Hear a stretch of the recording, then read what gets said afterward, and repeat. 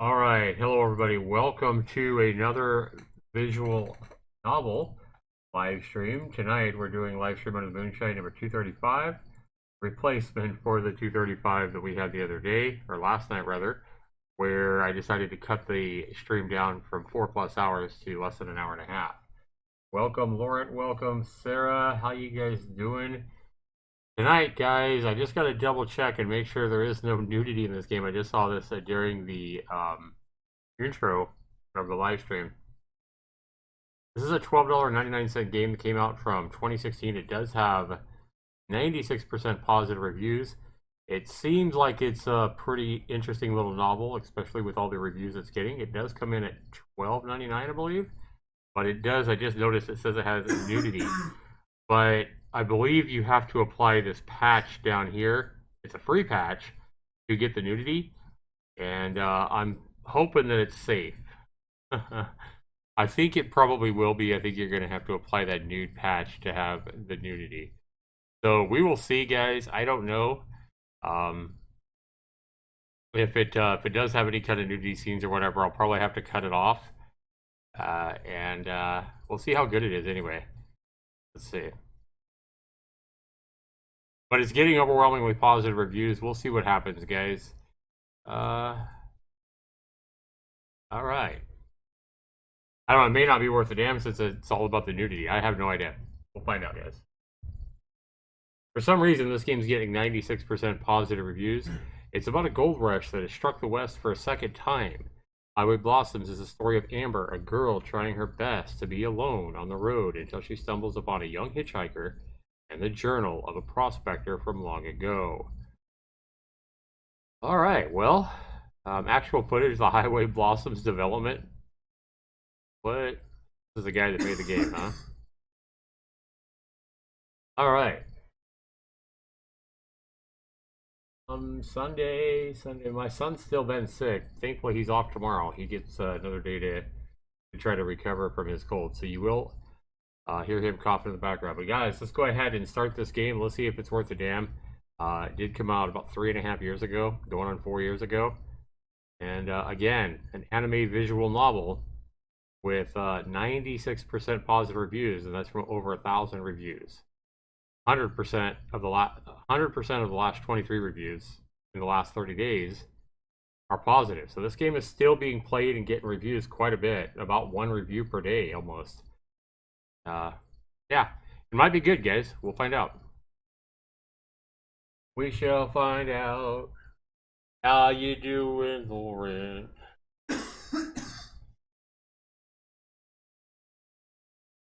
I am betting that Sarah is home in bed. I am betting her dogs are all cuddled up right beside her. Probably already asleep. Her dogs probably care nothing about this amazing visual novel that we're supposed to take place. And no, this is not a free game. This is $12.99. I didn't buy it. I got it in some. I'm sure I got it in some bundle or something a long time ago.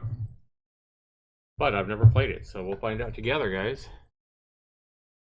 I hit play.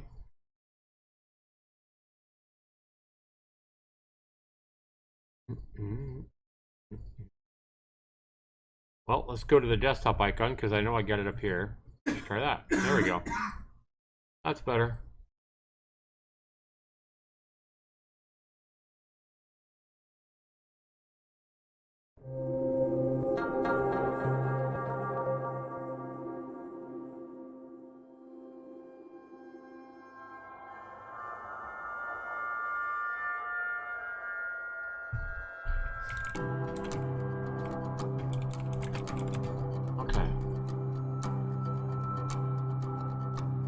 Seems like it's pretty loud. We'll probably try to turn the volume down a little bit.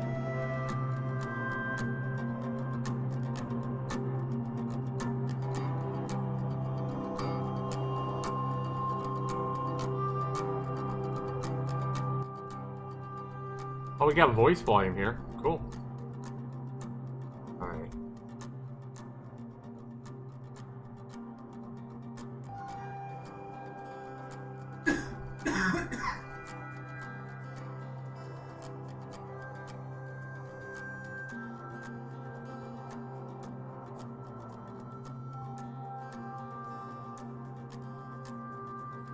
New game.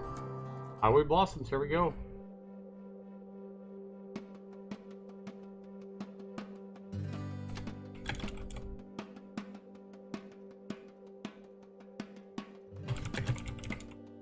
In association with the Kai Project, we are on a bus or something, it looks like, traveling across the desert. How about now? Is it better now? Can you hear me now?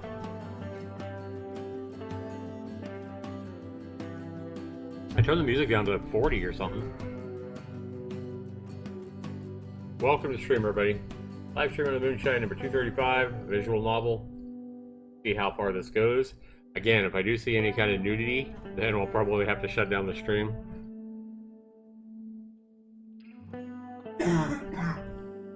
I'm going to see the Sonic movie tomorrow. Yay! Yeah, I heard that was pretty good. Welcome, Upper Dragon. Alright, a lot of people involved in the art.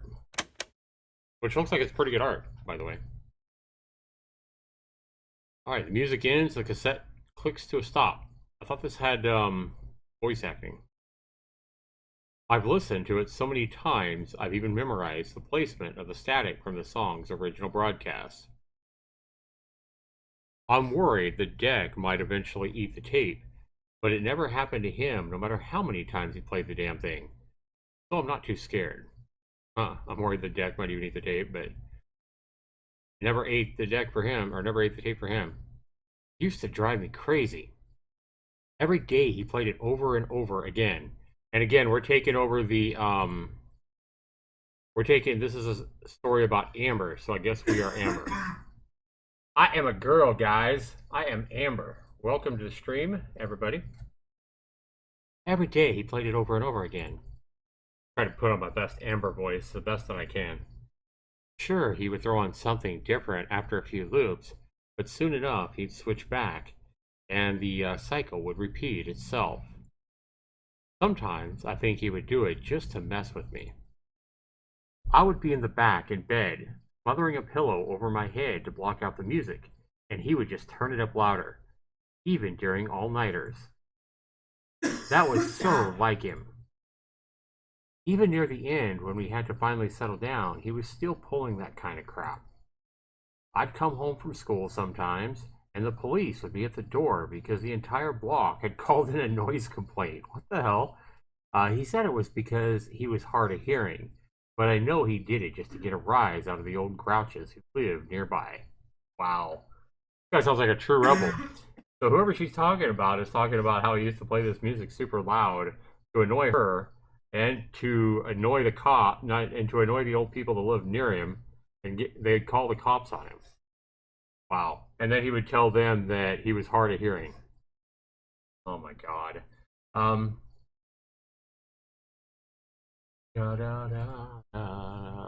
I think that it was his worst fear, ending up just another bitter sack of bones. He did everything in his power to be the exact opposite, right up until the end. Of course, that meant I would always deal with the fallout.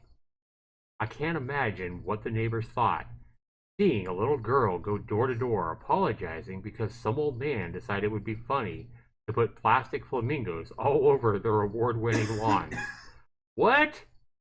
Oh my god, this guy would put plastic flamingos all over their lawns?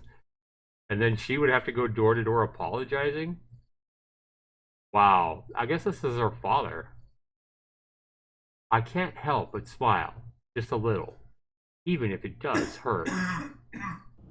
There we go. There she is, or there we are. We are her, guys. We are Amber. I take a sip of my coffee. Outside, a heat haze shimmers over the never-ending oceans of sand. So much desert. Even Roswell has a rock, or even Roswell was just rock, sand, and a few shacks. All alien-themed, of course. Didn't see any UFOs, though. I'm not used to how dry everything is. Even with the AC on high enough to rip off my eyebrows, I'm still sweaty. Guess that's what happens when you laze around in snowy Colorado for a decade. Huh, you're not used to the heat, huh? No. Probably her dad, yeah. So I'm saying, oh, it's a video game and movie stores. Yeah. In that regard, the desert is a nice change of scenery. I don't exactly hate it. New sights are nice, especially since his health doesn't allow him to do a lot of traveling. Didn't allow him to do a lot of traveling when I was a little girl. Okay, so she didn't get to travel a lot because her father was, getting older, I guess. I could see myself getting used to that. Well, maybe in another 15 years when I have everything paid off. Ah, damn it. Amber, snap out of it. You can worry about that later. This isn't your trip. Stop being so selfish. I push the eject button on the cassette recorder. I take the tape out and look it over, probably for the 20th time today. Years worth of brown stains and greasy fingerprints are smudged all over, making it feel grimy to the touch. It still works like a charm, though. There are more cassettes in the glove compartment, a mixture of mine and his, mostly his. I should just play one of those and get it over with. My hand gravitates towards the latch. It would be okay, right? No. I snatch my hand away from the latch and flip the tape over. Once again, I find myself just staring. With a sigh, I stick it back into the deck and I reach towards the play button, taking another look to see if the road is still clear. Like always, it... Whoa! What was that? Uh-oh! What was that? Welcome, Razor. How you doing? So comfortable, it's like an ASMR. Yeah, I've been told my voice is pretty relaxing before. People used to say they would watch my visual novel live streams. I did a lot of visual novels in my live stream into the Moonshine a couple years ago or whatever. I've done a lot of live stream in the Moonshines. That's why I'm on number 235. But a lot of those were visual novels, and a lot of people said they used to watch my visual novels and they liked it when I did visual novels because they would go to sleep to my voice or something. So you guys aren't supposed to be going to sleep to my voice. This is not ASMR. This is a high action, high excitement, thrilling visual novel called Highway Blossom. Welcome to the stream, guys. So what the hell was the sound, guys? Does anybody have any idea what the sound was? I mean, I could go back, guys. Go back. Like always, let's listen to this. Let's listen to this again. Here we go. Like always, it... Huh? Sound like a cat. No, what the heck? Was that Sonic the Hedgehog? That's funny. Oh. Let's find out. Isn't... She's... Oh, that's probably sweat. I thought that was a tear, but it's probably sweat. I slam the brakes, their shriek piercing my skull. I glance at my rearview mirror, and it shows a girl cringing next to an ancient-looking car, covering her ears as I screech down the road. Okay. Making a U-turn of dubious legality, I pull up in front of her, killing the motorhome's engine. Now I'm intrigued. What the hell? I hop out and shield my eyes from the blazing New Mexico sun. Only now do I realize how precious that AC really is. It doesn't take more than several steps before the girl comes bouncing up to me with a look of relief. Who is this? Oh my god, thank you, thank you, thank you! I was starting to think no one would ever stop. Yeah, guys, I'm a happy man. So it looks like I only have to voice for Amber. I only have to voice for me. I just have to do Amber's voice. We got voice acting for everybody else, so it seems. This girl, the game voices for us. Hell yeah. I hate it when not hate it, but usually when I do these visual novels, I have to try to change my voice for everybody and try to make a unique, voice for everybody. And then I got to try to remember whose voice was what tone and You know, hey, Sonny. That'd usually be like an old lady voice or whatever. But thank you, Highway Blossoms, for actually having some of these voices done for me. So let's listen to this again, guys. It doesn't take me long before, it doesn't take me more than several steps before the girl comes bouncing up to me with a look of relief. Oh my god, thank you, thank you, thank you! I was starting to think no one would ever stop. Nice, okay. Shadow Warrior, how you doing, man? Welcome to the stream. With each word, she gets a little closer until we're finally within touching distance of each other. And her smiling face now filling my entire field of vision. So she's like right up in my bubble. Like, get the fuck back, bitch! That's what I'm thinking. Get out of my face! Lots of laughs. Zaxter, it's a lazy voice actor.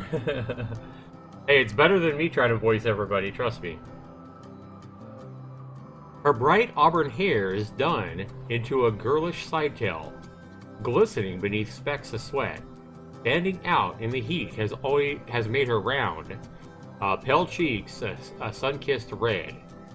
Still, she looks put together, like the desert would sooner melt her than any real damage to her looks. Wait a minute. Like the desert would sooner melt her than any real damage to her looks. So she's pretty. That's what it's basically saying. All those words to say she's pretty. Jesus Christ. Just say it. Just say, fuck, she's pretty. God damn. Why do things gotta be so complicated? Alright. I feel almost embarrassed to be in front of someone who dresses so cute. Her frilly green top and skirt putting my red t-shirt and khakis to shame. Okay, so now she's dressed more cute than I am. Gotcha. Yay, a redhead. It's all brought together by one thing, though. Her eyes. They're blue. Vividly blue. Deep and rich. Complementing the traces of her misty perfume as she gets closer and closer. Alright, guys. Keep in mind that if this visual novel does turn nudity, this visual novel does say it has nudity on the store page, but it's a free patch. So this is a $13 game. It came out back in 2016. It has like 96% positive reviews, so people are loving it. But it says for the nudity patch, you got to download a free patch, which obviously I didn't do. So if you guys are interested in the nudity, I guess you guys could go buy this game and download the free patch. So anyway, we're going to play the game. We're going to hope it doesn't have any nudity because I did not install that free patch. So anyway, welcome to the stream, guys.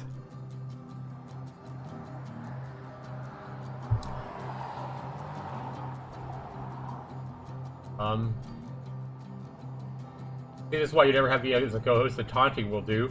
Squirrel committed war crimes. That's why I am his co-host. One thing I've found with Opal Dragons is that I tend to take way too much time. Like, I tend to play a game, or like a horror game, or I play any kind of game. To be honest, I play any kind of game. And if the average playtime is like 2 hours, it'll usually take me 3 to 4. Just playing it myself. And one thing I found, even with Sarah or whatever, like if I had you as my co-host, if I had you on Discord or whatever playing with me, I guarantee this game would take even longer. So yeah, it's probably good that I do some of these visual novels without somebody else chiming in all the time, because it could take me long enough as it is. That's for sure. Nudity, I need it. No nudity, Razor. Yeah, there's no nudity in this one. There shouldn't be anyway. So anyway, so her eyes, she notices that her eyes are vividly blue. She's already noticed this girl's cute. She's dressed cuter than me. And now I'm starting to smell her misty perfume as she just keeps getting closer and closer to me. I'm like, back off, bitch. That's what I'm thinking, because I don't even know her. I just drove up. Came to a stop, and this bitch is up in my face. You know? It doesn't look like I'm minding it too much, though. Maybe because she's so damn cute. Maybe because of the smell of her perfume. I don't know. I wouldn't be surprised if she tries to kiss me or something. I don't know. I have no idea, Case. We're going to find out, though. We're going to find out. Hopefully, I'll push her back and be like, bitch, get back. I don't know you. Yeah, see, that's what I'm saying. Too close. Too close. Too close. Too close. Yeah, that's what I'm saying. Tell her, bitch, get the fuck back. I call it jealousy. Oh my god. Yeah, see, she moves away. I stumble back and cough, trying to hide any awkwardness. No problem. No problem, she says. Yeah, like, why would you get up so close to me? Seriously. You don't even know me, woman.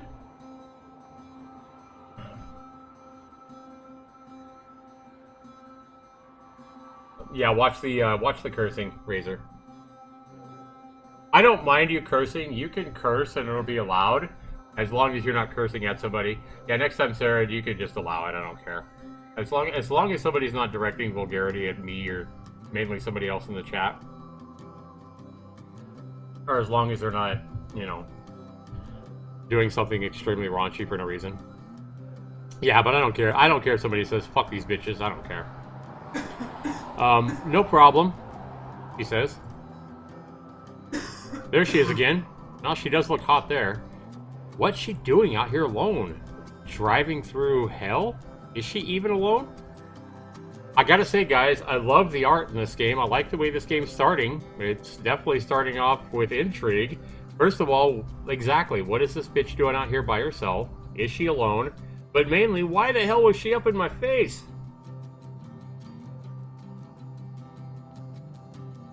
I peer off into the plains on the side of the road, half expecting a guy to pop up from his hiding place now that some idiot has fallen for their trap.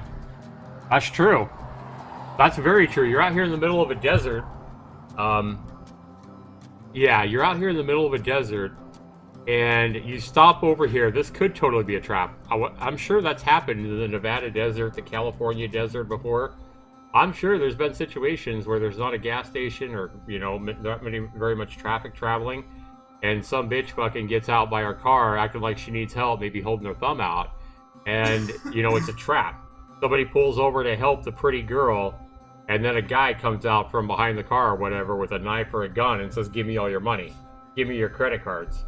I'm sure that's happened before, as far as a trap. You know, maybe even steal their car or whatever. Yeah. I could see how that could totally be a trap. Help the pretty single girl out in the middle of a hot desert, and it's nothing but a trap. Guy comes out with a gun and says, give me all your money. Whatever. I'm sure it's happened before.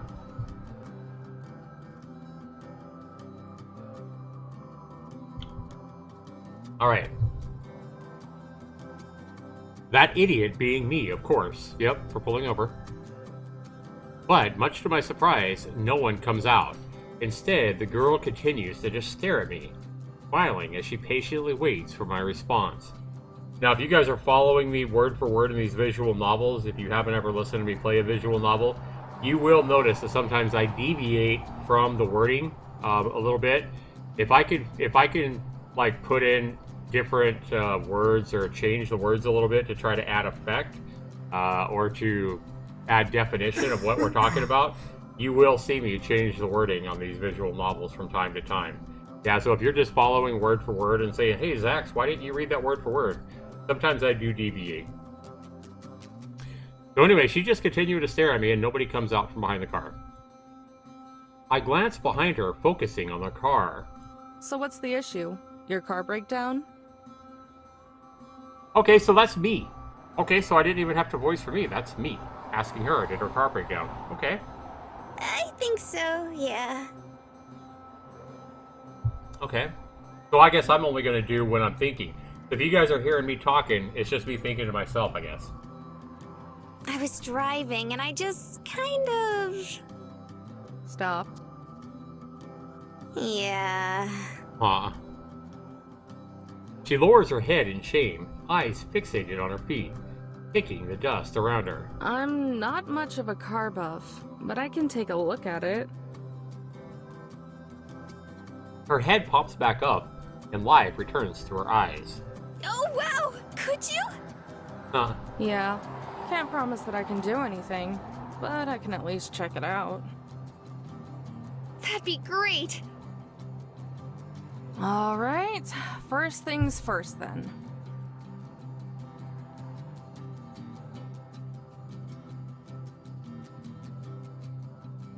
This thing looks even older than my motorhome. It was probably a nice car once upon a time, but with that dented grille, multiple scratches, and faded murky green color, It's hard to believe such a cute girl was driving it. I slide into the fabric seat and start the ignition. I don't know too much about how this stuff works, just enough to keep the motorhome from giving out. But I can't imagine it's too significant of an issue. Probably just a dead battery or...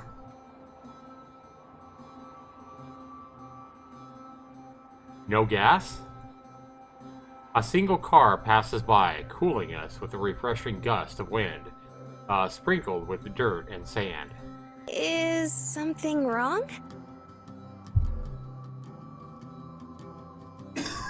Is this a joke? Oh no, did I break it? Did I break it? Oh my god.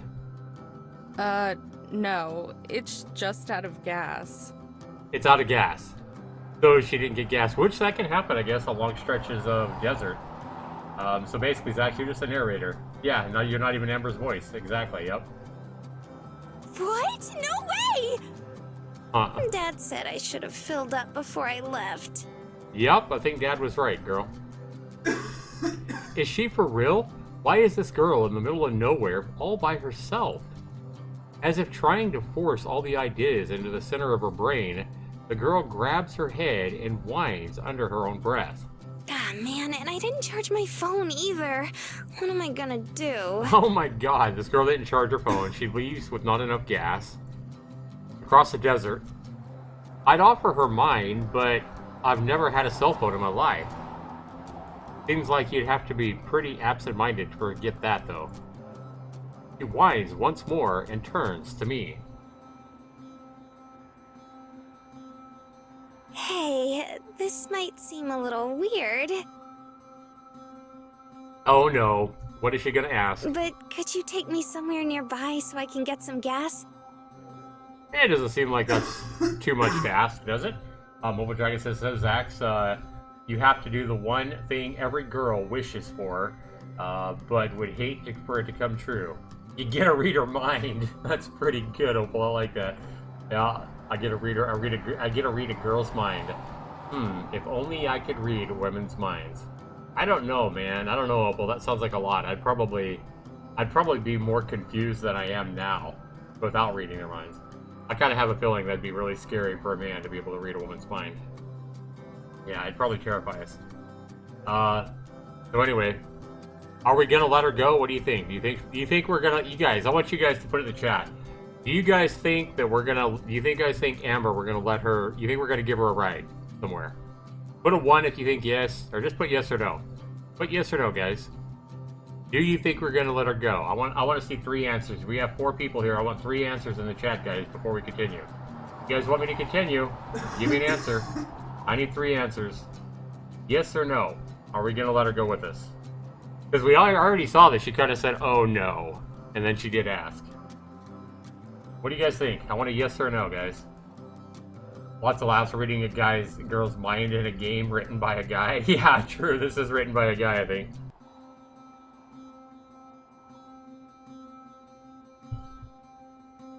We gotta know.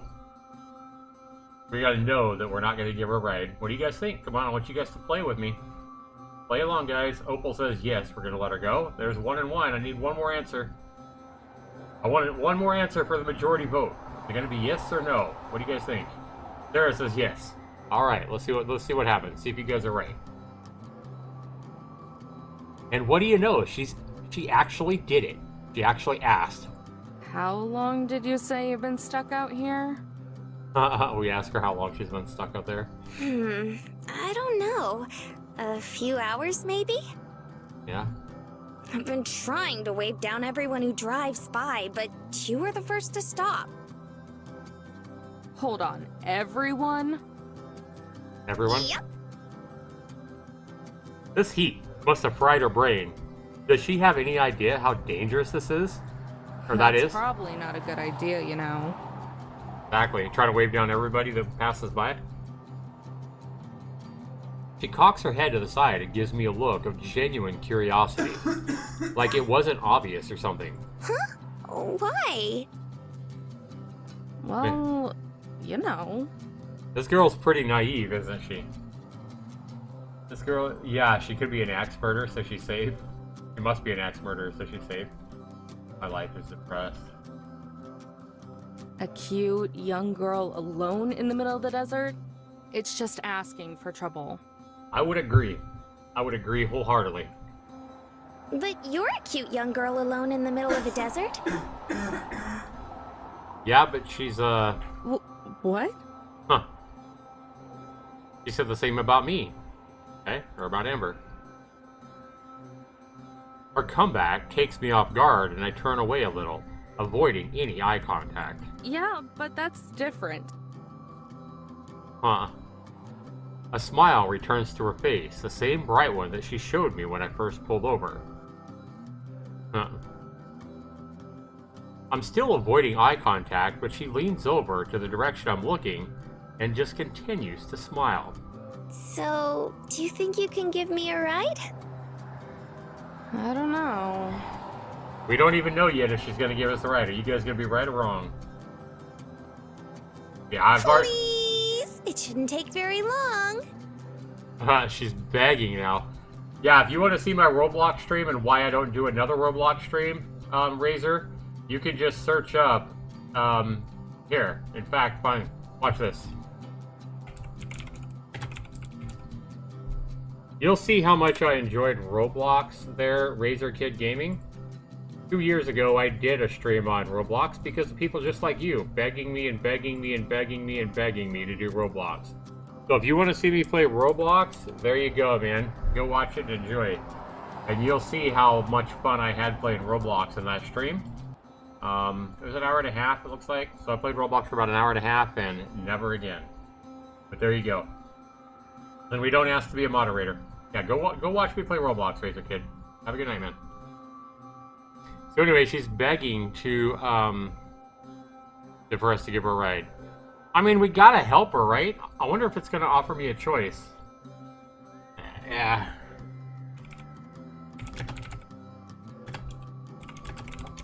Alright.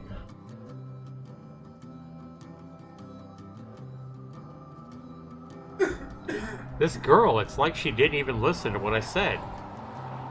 Still, better me than some psycho. That's true. Besides, it's not like a small detour will make me late or anything. I guess it's fine. Nope, so we said yes. You guys were right. Those of you that guessed that yes, we would give her a ride. Right on, you guys were right on. I'm not in too big of a rush anyway. Okay. She's all excited. Look at her. Oh man, we just made her... I guess it would make your day though if you have been out there in the hot sun, broke down with no gas in a hot desert, wherever month it is. Hot as hell anyway. And then finally somebody stops and gives you a ride. I mean, that would be...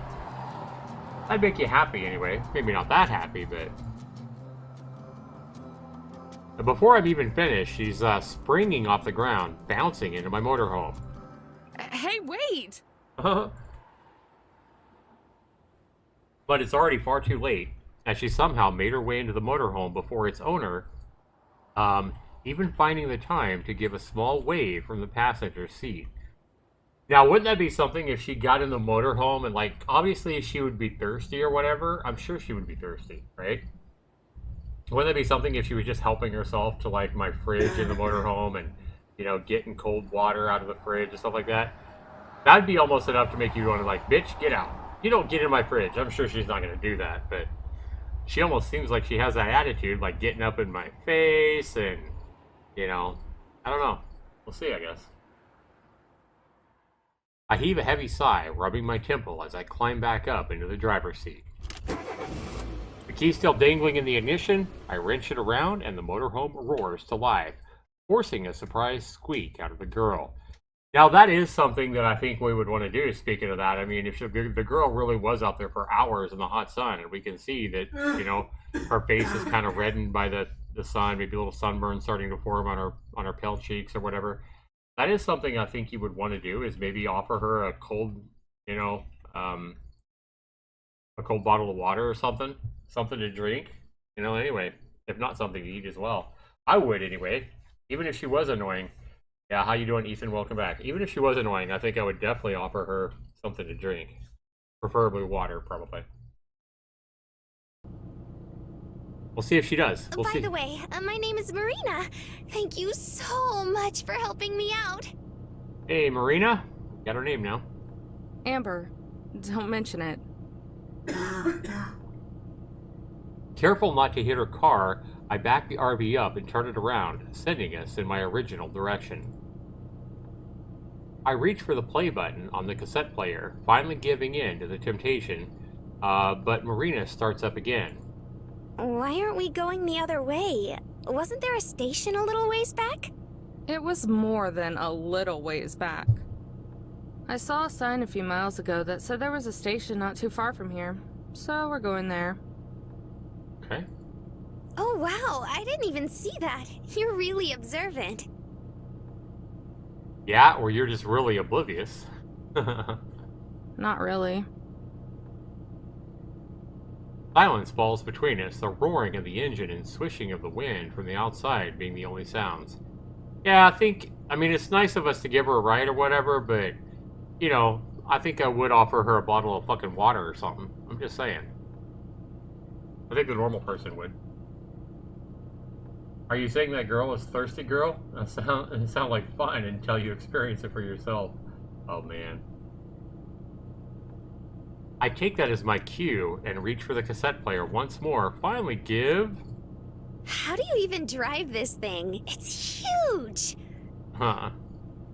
So she keeps interrupting us right when we're about to put in the music.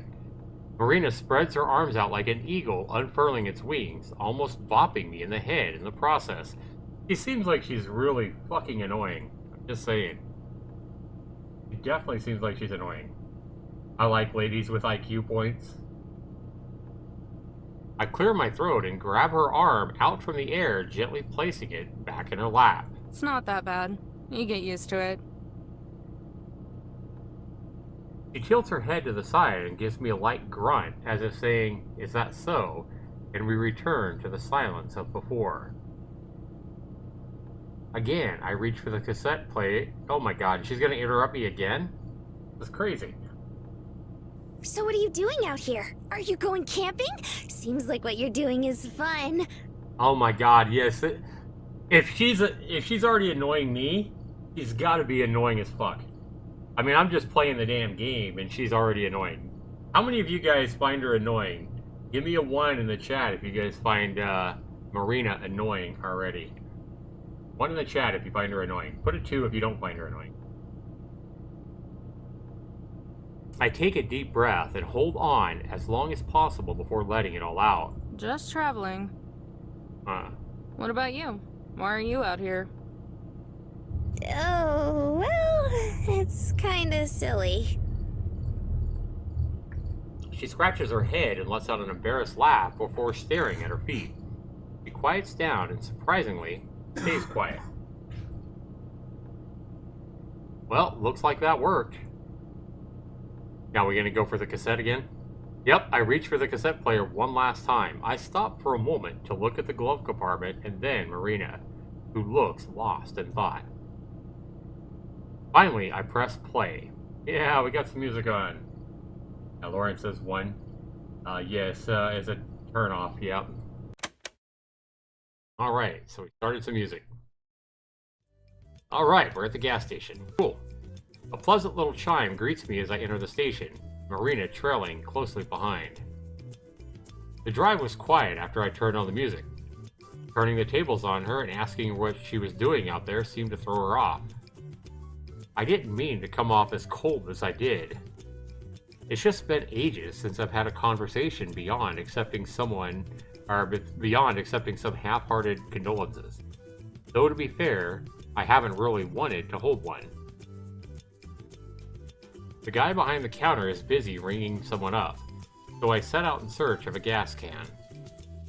The store is one of those big mini-mart places made specifically for all travelers. It's surprisingly clean for a place surrounded by sand. Every corner has an unnatural sanitary shine, accompanied by the scent of citrus cleaning product. Hey, they have cola flavor here! Huh. I turn and find Marina clutching the slushy machine, her eyes widening like a cat's when tempted with yarn. Don't most gas stations have it? She shakes her head but doesn't take her eyes off the machine. All the places back home only had cherry and raspberry. When we got sick of them, we just had to mix them together. But... Marina finally turns to me, wearing a face of pure, concentrated sadness. Now she's gonna say she doesn't have any money. Yep, she's gonna say she doesn't have any money now. Watch. Sarah had to go. Opal. Yeah, she had to go to bed, I think. I left my wallet in the car. Yep. It's the saddest thing I've ever seen. Just looking at her, I could feel my heart. Wait a second. How were you expecting to pay for the gas? I don't know. I just remembered. How did she last 5 minutes out alone in the desert? Fine, I guess I'll pay for it.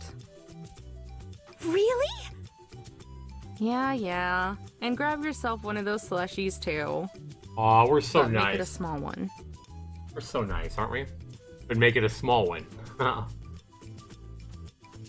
Her pure concentrated sadness melts into pure concentrated happiness. You're the best, Amber.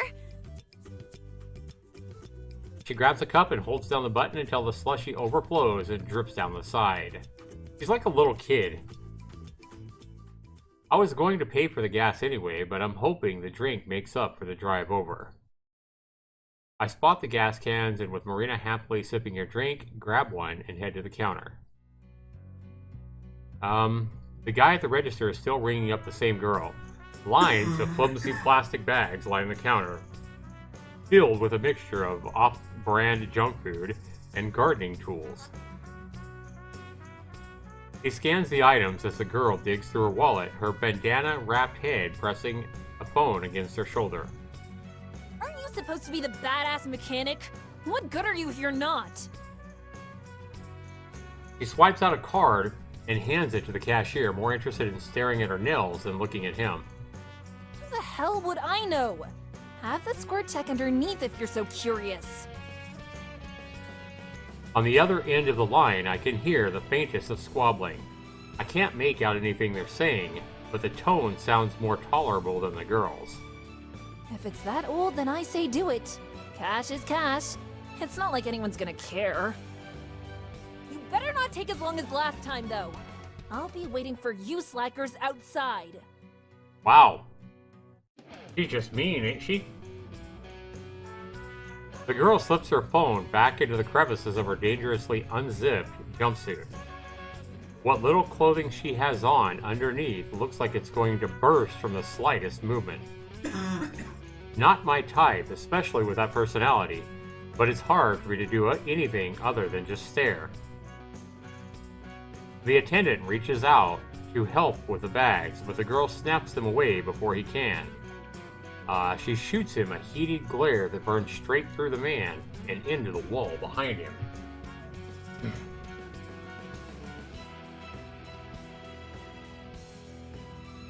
Alright. Turning around, the girl looks at us a second time before rolling her eyes, and then marches out the door, the bags weighing her down as they nearly scrape the ground. Yeah, definitely not my type. Good luck. Huh. Station attendant, good luck. Marina and I set the can and nearly empty slushie on the counter. Will that be all? Yeah, sorry for more boring than that other girl. Huh. The attendant hacks out a dry cackle and scans the gas can. He flicks his oily ponytail behind his shoulder and then rings up Marina's drink. Been a lot of folks passing through and stocking up the past few days. It's been a good change of pace. I'm guessing that's why you girls are here too. Marina eases in towards the counter, nudging herself tightly between me and the rack, her hands creeping over the slushie. For what? I'm just heading out to California. If I don't end up driving myself insane first. You mean you don't know? The attendant freezes, forgetting about the scanner in his hand. Blinding red light beams from it onto my chest. About what? Why, the treasure. Marina's hand stopped just shy of grabbing the cup. Treasure? The clerk's chubby face morphs into a You grin. telling me that you girls haven't heard of the treasure in the journal? I have. I frown. Embarrassed, Marina looks at the floor again, her cheeks flushing red. I guess she's always just this forward. Oh, well, I heard about it on the news. It's kind of why I drove down here. Now we see. Now we see why she's here. You drove out into the middle of the desert for treasure? Huh. Sorry, but you've lost me. Not just any treasure, Missy. The miner's treasure. He says it like that should clarify what he means somehow. I stare at him. He stares back. Marina sips the last dregs of her slushie. You honestly don't know. Not a clue. Are you gonna change that? A little feisty, ain't you? Not really. Just have stuff to do. Fair enough. A little while back, some folks were going through all the trash in their garage. As fate would have it, they came across an old journal. Turns out the thing belonged to their great-uncle. Or maybe it was their great-grandfather. I don't know. Some dead old man. Huh. I cut him off with a cough, a polite hint for him to get on with it or quit his yammering. Despite apparently knowing all this, Marina continues to stay focused with rapt attention. Sometimes her drink makes that annoying slurping sound again. Sorry. I'll try keeping it short. Anyway, after flipping through it, they found out that he'd struck it rich during the gold rush. If he struck it rich, then wouldn't the family know about it? They'd have to be pretty well off, right? Oh, I can answer that. He went back home to Missouri without any gold and told all his friends he hid it. By now, the slushie is all gone. Marina tries for one last sip, but all that's sucked through the straw is air. He peers down into the cup and blows out a small sigh. No one believed him, though. I raise an eyebrow. If even this girl knows about it, then I must be more out of the loop than I thought. Huh. Well now, looks like Sister here has been doing her research. The attendant leans into the counter and smirks. Story goes, he wanted to eventually move his family out west and dig his gold back up along the way, but kicked it before he could. He slides his thumb along his neck and makes a cheesy sound effect to go with it. Marina giggles, but I just keep staring. The folks that found the journal ended up selling it to some hotshot publishing house. Now everyone wants to retrace his steps and find the treasure. Shipments have been selling like hotcakes. Just got ours last week. Oh boy. He points towards a rack of identical books sitting by the door. A sign hanging above it reads, "The Treasure of the Desert, A Miner's Journey. Take part in the new gold rush." Oh boy. Sounds like a scam to me. Sounds like a scam to sell a bunch of books to me. What do you guys think? Yeah, be sure you hit the like button, guys, like my moderator Lauren says. Yep, this sounds like a big scam to sell a bunch of books, is what it sounds like to me. Yeah, that'll stick in people's heads. And people are really buying into this? Yeah, she sounds about like me. She sounds like it's a scam. Sure are. I've worked here for over 20 years, and never have I seen this many people passing through. Okay. Even the Banshee before you was here for some supplies and a journal. Sure, okay. This is a hoax if I've ever seen one. Yeah, it sounds like a scam to me. And where is this supposed treasure? Huh. No one knows. It's all scattered around the desert. They say the journal has hints to its whereabouts. Right. This guy here, this gas station clerk, sounds like he's almost in on the scam itself. Sounds like he's trying to sell this fucking book. Just saying. Uh-huh. Marina, you said this is why you drove out here. Yep, that's right. But you don't really believe the treasure exists, do you? Sure I do. Mm-mm. She pauses to think. At least, I want to. But wouldn't it be super cool if there was treasure? Sure, it would be cool. But there's a good chance there isn't. And even if there were, do you know where to start looking? No, not really. I never got that far. I don't even have a copy of the journal. She lowers her head like she knows there's a good chance what I'm saying is true. But I have to try.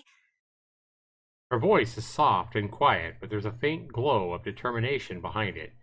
It makes me feel ashamed for scolding, but the idea that she's dropped everything for treasure is just insane. To her credit, she did a little research, but that's canceled out by driving into the desert without a full tank of gas. She just wasn't prepared at all. The people who care about her must be worried sick. I barely even know her, and even I'm worried about her. Aw, don't be too hard on her, Missy. After all, who could resist a good treasure hunt? He looks to Marina and gives a big gummy grin, courtesy of his missing teeth. Ain't that right, sister? Marina springs back with a smile of her own. That's right! Rolling my eyes, I reach into my pocket and pass some crumpled bills to the clerk. Yeah, well, I'll believe it when I see it. He shrugs and stuffs the cash in the register, though now I'm just paying for the tank and an empty cup. I pocket the change. I give a casual wave from the exit. That should be good enough, thank you.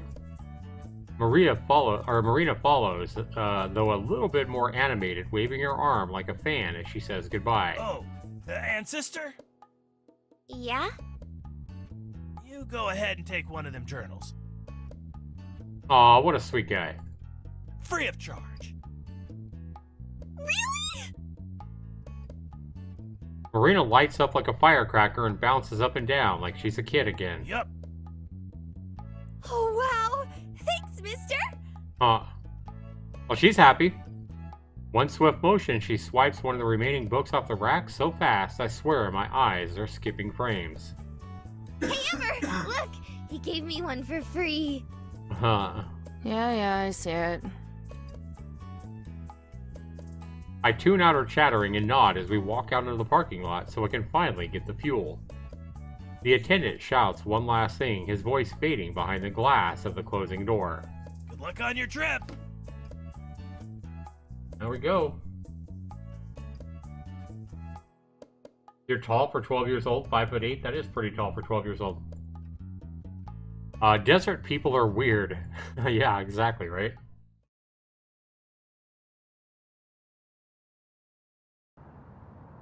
No way. Maybe it's further up the road? Uh-oh. I can't believe it. It's gone. Her car's gone? We could have just passed it. We weren't even away that long. How can it be gone? Now she's mad because she's gonna have to... If this Marina's car is gone now, then she's gonna have to take her with her or take her somewhere else. Oh boy. We stare at the empty space that once housed a certain ugly green car. I look in every conceivable direction, but there's nothing. Nothing but an ocean of sand and never-ending stretch of road. Was it Toad? Could have been, I guess. No, not out here. Not this quick. Where the hell did it go? Yeah, that is kind of weird, isn't it? You think? Marina's hands rest against her cheek as she looks on with only mild confusion, like she's trying to solve a small mystery. Your car is missing! Man, I sound mad. That's more than a little weird. Yeah. Well, it's actually my big brother's car. He just lent it to me when he left for college. Oh, well that makes everything better then. That's funny. Really?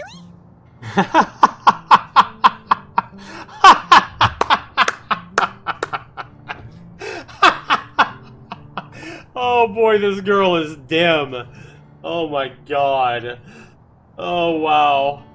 So I say with total exaggeration, well, the fact that it's your big brother's car, it makes it all better then.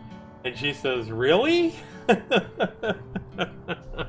That's fucking funny, man. Oh my god. No! She yells back at her, no. Hey, I gotta say, this is pretty entertaining, guys. I let out a heavy sigh and pressed my fingers to my temple, attempting to massage away the stress and the irritation. You can tell she's irritated. It was probably stolen. We'll need to call the police. How are you gonna steal? Well, I guess you could steal a car with no gas. It'd be pretty easy. All you need to do is have an extra gas can or whatever. You have a phone, right? I do, but... It was in the car. Her voice trails off like a cliff. What she said earlier echoes in my head. That's right. You said it was dead. Yep, it was dead. And I'm guessing you left it in your car. Yep, that's what I'm saying. Yeah. Yep, dead and left in her car. Oh boy. Well, that's just great. Don't you have one? I already told her I didn't have a phone. Nope, never needed one. I need one now. Afraid no one would call you? Oh, ouch. Afraid no one would call you. I think she hit her low. Not quite. Right.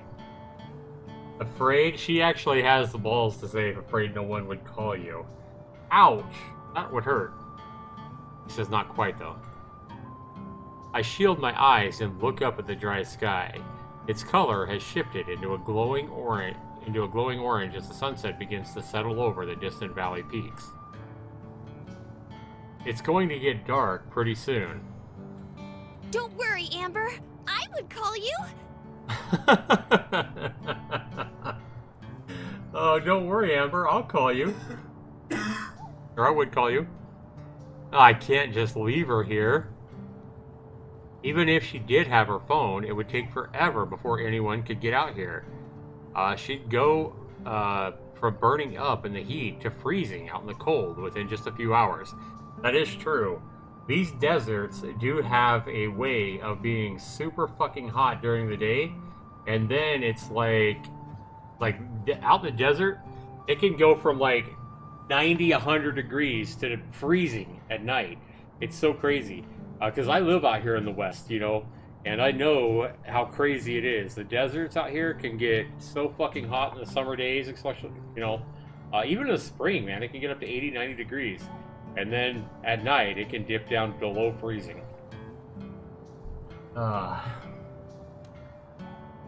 Plus, if there are people around who would steal cars, then there's no telling who else is out here. I could already see how all this would go down. She would be huddled on the side of the road, trying to keep warm. A pack of coyotes would be howling all around her, closing in. And then, from down the road, a starved creep would pull up in a trashy old pickup truck, opening his door for her, and... yeah, well, we know. We know where she's thinking now. Oh, God. Hey, Can't let that where happen. are you from? If you don't mind me asking. Oh, I'm from Carlsbad. Carlsbad, California. He pauses for a moment. Or at least kinda close to it. It's a little out of the way. Carlsbad? You're from California? No, silly. Carlsbad, New Mexico. Oh, I was thinking Carlsbad, California too. I didn't even know there was a Carlsbad, New Mexico. Well, she said that we're in the New Mexico desert before, so maybe she's not from too far away. Yeah, I always think Carlsbad, California. I'm sure most people would. I was gonna pull up New Mexico, Carlsbad, New Mexico. I want to see if there actually is a Carlsbad, New Mexico. Let's look at this together, shall we, guys? Carlsbad, New Mexico. See what pops up first is Carlsbad, California. New Mexico. Yep, I guess there is a Carlsbad, New Mexico. It is a town of, I'm sure it's not very big. How big is this town?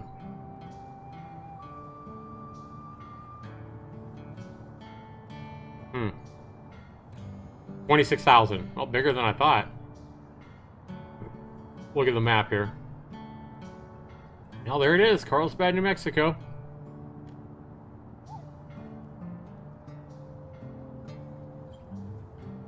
So it is, down in the south.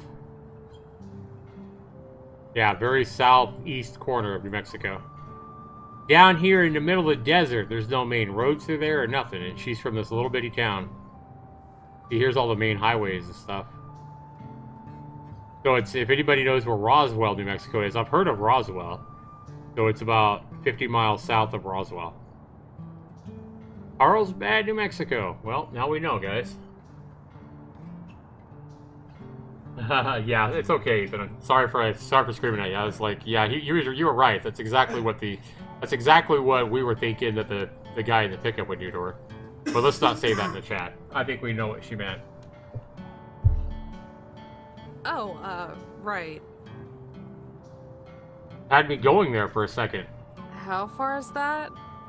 Carlsbad, New Mexico.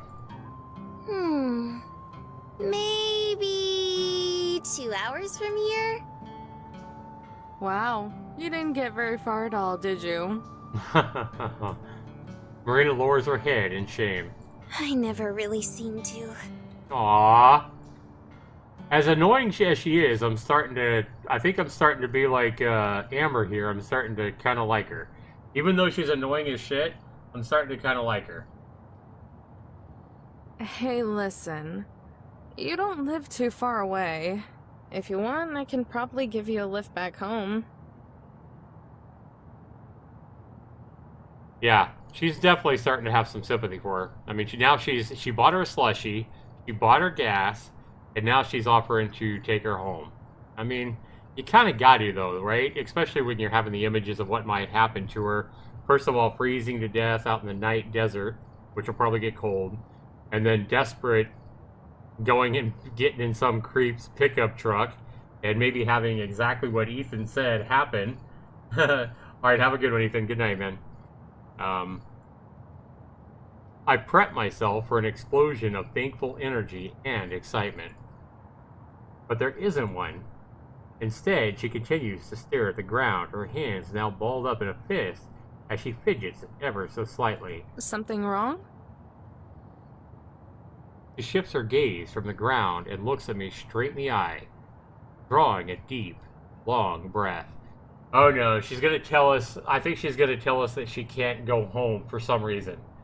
I am really curious to what it's gonna be. She's gonna say she can't go home for some reason, or she was kicked out, or something. Who knows what it's gonna be. Remember the treasure we were talking about at the store? Oh yeah, she wants to go treasure hunting. She doesn't want to go home. Okay. Yeah. She wants to go treasure hunting, not home. That's what it is. Yeah. I know it's a lot to ask, and you've already helped me out so much already. But do you think you could take me to the first place the treasure is?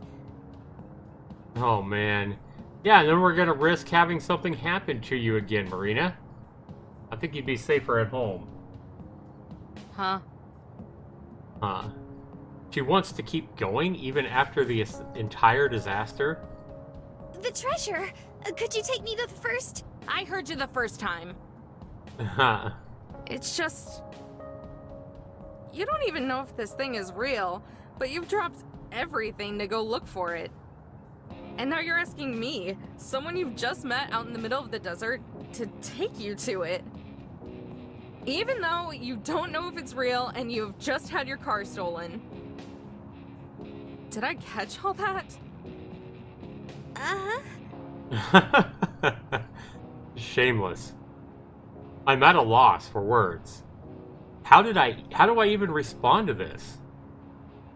I try to recollect my thoughts, but only one word comes to mind. Why? Why, exactly. Marina shrugs.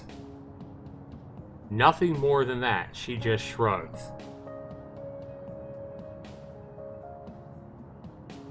I take a look at her, a very good look. Her wavy hair has been dried out by the hot desert air. Her face is red and drenched in sweat, probably close to melting off her makeup. Even her nice clothes are getting a little ruffled. But despite all that, this cute, peppy girl wants to keep pressing on. Even when most people would have just called it quits after the car broke down. Even out here, all by herself. For all I know, she could be some weirdo. She could be some weirdo out to mug me, and this is all some elaborate scheme. But she wants my help. My help. It's been a while since anyone has needed my help. It's almost like an honor. Do I even deserve this? Probably not. But she's still asking. Why should I say no? I don't have to be in California for a few weeks. And isn't that why I'm taking this trip? To see the sights? For him? She's a little excitable, and even more naive. But maybe I need a little bit of that. A lot better than just being out here by myself with nothing but ghosts of my memories to keep me company. Even if it's just for a little while. Why the hell not? Hop in. So now we're going to go on this treasure trip with her because we have nothing better to do. How interesting. For real? Yeah, for real. But only until the first location. After that... Yeah, right. By the time we get to the first location, you know we're going to press on. Oh, we're best buddies. The breath is forced out by the sharp impact of Marina tackling my stomach. A warm but damp sensation wraps itself tightly around me as a dead weight snuggles up against my chest. Thank you. She basically threw herself at me and gave me a hug, is what it sounds like. What are you doing? I'm hugging you, silly. Yep. Cheeks grow warmer with each passing second. I try to wiggle my way out, but she stays latched on. Her grip getting tighter and tighter. Marina, please. You're all sweaty. Sorry. I'm just super happy. Oh my god. She unlatches herself, letting me clear my throat and recollect myself. Anyway, let's get inside. I'm burning up out here. Alright then. We clamber back inside my motorhome, leaving the dry hellishness behind. I turn on the ignition and let the AC blast away the RV's stuffiness. Letting out breaths of sweet relief, Marina and I collapse back into our seats. Alright, so where's the first piece of the treasure? She has no idea. You have no idea, do you? That's not true. The news said a part of it was somewhere here in New Mexico. Probably. Oh my god. Oh, what kind of a, oh man. This girl, man. It starts somewhere in New Mexico. Probably. Wow, what a great piece of detailed information that is, Marina. The news said part of it was somewhere here in New Mexico. Oh my god. I'm not surprised at all. I should have seen this coming. You have the journal? Yeah? She hands the cheap paper book back to me. The cover feels like it could fall apart at the turn of a page. The whole thing is fitting of its rustic design. I slide my thumb across the edges and flip through the pages. Thick forewords and passages commenting on the journal's historical significance skip past my eyes, most long enough to be their own book. Finally, a photocopy picture of one of the entries appears, preserving the faded cursive lettering. The entire thing printed on the next page over. Crusting brown stains and wrinkles engrave the photo. Some of the writing has been scratched out, too, like someone made mistakes and couldn't erase them. I hate to admit it, but for something that's probably a sham, the thing looks pretty authentic. With bounty and satisfaction in hand, I'm homeward bound, the perilous journey forthcoming. Through my unrivaled intellect and unmatched ambition, I have succeeded in accomplishing what many believe would no longer prove profitable. Of course, this only comes as a surprise to those around me, not myself. I had traveled this way on the trail with many others from the Missouri Territory, but as my mystical characteristics success grew, I could sense the envious stares among my so-called peers. The danger eventually became so great that I wished to flee, but my companions left before I woke. For what reason, you may ask? I do not know. It is with this in mind that I have taken upon myself to leave a note for one of my fellow prospectors and to borrow his steed, so I may one day return to settle with my family. But if this journey has taught me anything thus far, it is that jealous, conniving eyes are abundant. But I am no fool. With my unparalleled wit, I have chosen to distribute portions of this gold across something. Across what? But if this journey has taught me anything thus far, it is that jealous, conniving eyes are abundant, but I am no fool. With my unparalleled wit, I have chosen to distribute portions of this gold across the travels for my entire... What was that? Why did it speed up so quick? Anyway, whatever. Yeah, I'm not reading all this crap. Where should I actually start? Let's see. If he left California, lived in Missouri, and supposedly hid something in New Mexico, like Marina said, then what we're looking for is likely a later entry. Ah, here we are. Okay, alas, I have reached the final point of the division in my travels. During my stay upon the ruined sanctuary, the rogue native, Lamasi, had informed me of a landmark that is rich in the myths of people considered sacred. He said that the chance of gold being discovered would be very slim. He referred to it as a winged rock, a monument erected towards the sky. After my previous detour, I have finally arrived. It is with much disbelief, I must say, my friend Lamasi was right. It is not just a monument erected towards the sky, it is a mountain. Almost as if the Lord himself had struck up the earth among the sand. It is guarded by trails of rocks around it, all branching from the mother rock. On this journey, I may have encountered many different sights, dangers, and yes, even an occasional friend. As I look upon the mountain before me, I am reminded once more that there are things bigger and greater than mine. Although I am not yet rid of this cough, my soul has been humbled and removed of fatigue. I can think of no better place to store the last of my gold, and I anxiously await for the day I return. What does it say? The gist of it is that it's near a big rock and a bunch of little rocks. The gist of it is by a big rock and a bunch of little rocks. That's funny. That should narrow it down, right? We're out here in a desert of fucking mountains and rocks, and Marina says that should narrow it down. Yeah, to the entire state of New Mexico. Exactly. Marina gasps and lunges towards the journal. The muscles in her neck tense and eyes wide with panic. That can't be the only thing he mentioned. There has to be more. I raise the journal high above me so she can't reach it, using my hand as a blockade against her head as she desperately tries to grasp for it. Sheesh, relax for a second. I actually have a pretty good idea of where it might be.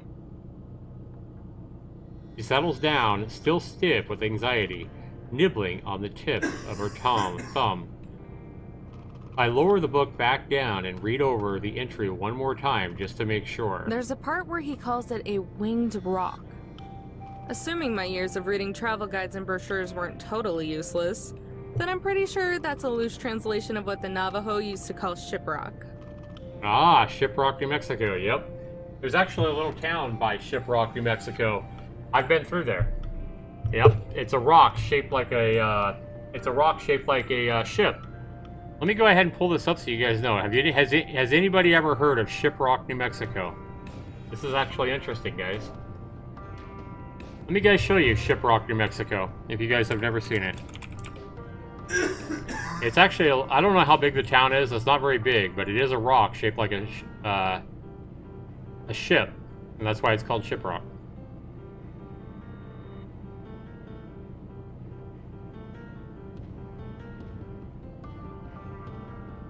So here it is, guys, yep.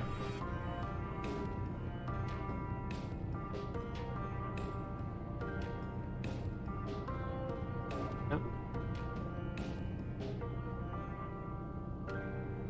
7,000 feet high, huh? Wow. I'm pretty sure there's a town there as well. Huh. Maybe not. Maybe there's not a town there. I thought there was.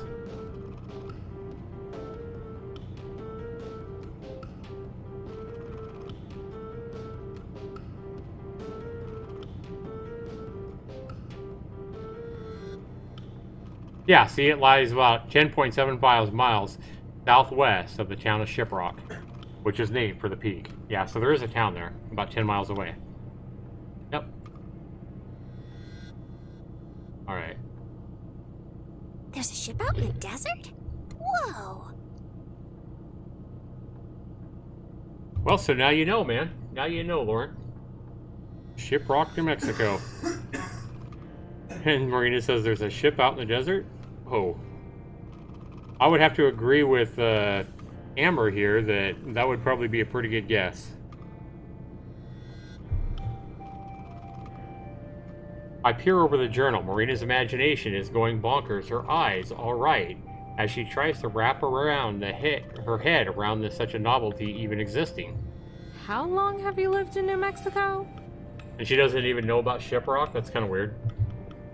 Marina swells up with pride, only to deflate like a balloon without speaking, instead choosing to blow a misplaced strand of hair out of the way. All my life. All my life. I sigh and slam the journal shut. It's a small mountain near the border of New Mexico and Utah that's vaguely shaped like a ship.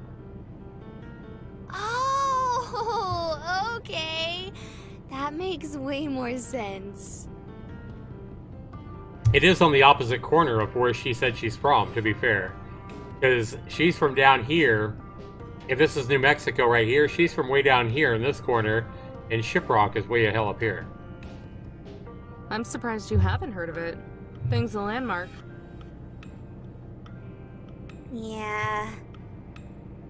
But hey, at least I know now. Struggling, I put away the journal and smirk. Misplaced as it might be, her cheeriness is a good mix-up from the norm. Do you think the treasure might be there? Don't know, but it's worth a shot. We don't have anything else to go on. Sure you don't want me to just take you home? Uh-huh. Marina hesitates for a moment, turning to the windshield as if to dodge the question with her eyes. No, I think I want to do this. Alright then. I put the car in drive and look ahead.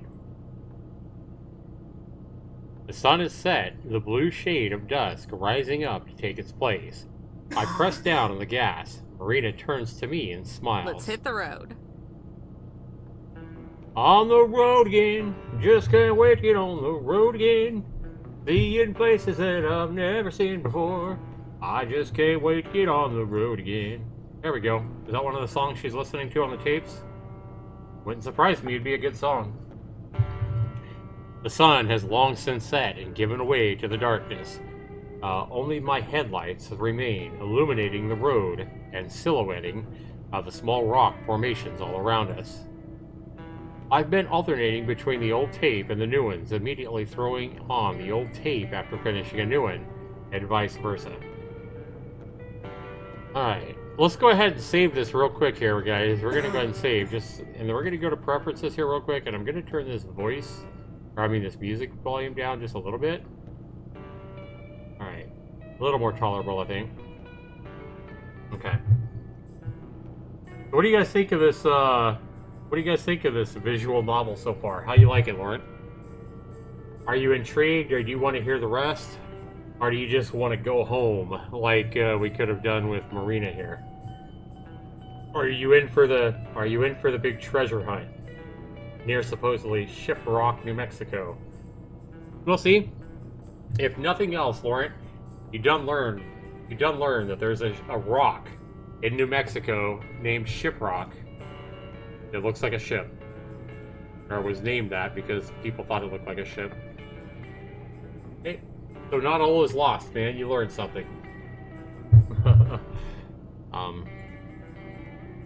I haven't had any complaints from Marina. She's been sitting at my side the entire time, softly humming off-key to the music. She seems to be the type that just accepts things as they are, like with her car being stolen, or that treasure. Especially that treasure. And to make it worse, it's not just her. Apparently, it's some phenomenon now. Goes to show how much I keep up with current events. I'm in, Lauren says, but the whole thing smells like a scam. I agree, it still smells like a scam. I bet somewhere, all the big shots from that publishing house are gathered up in their corporate tower, laughing at all the idiots they've ripped off with that book. Yep. Christ, I'm even starting to sound like him. The music turns to static before the cassette is silenced by a loud click. I eject it and reach for his old tape again. Marina notices, taking the opportunity to break the long-held silence. So, do you like music a lot? Oh, yeah, I guess. I figured. You've been playing those tapes this entire time. He picks up one of the old tapes on the center console and inspects it, going as far as to poke her pinky through one of the holes. Though, I'm not sure what you'd call this type of music. Huh. Yeah, I've just been playing whatever. Mostly jazz fusion and alt country. Throw in some new age crap in there for good measure. Most of these are mixtapes I made when I was little. Cool. Any names I'd recognize? She peeks at me through the holes of the cassette, wearing a wide, genuine smile. Probably not. Aw, come on. Try me.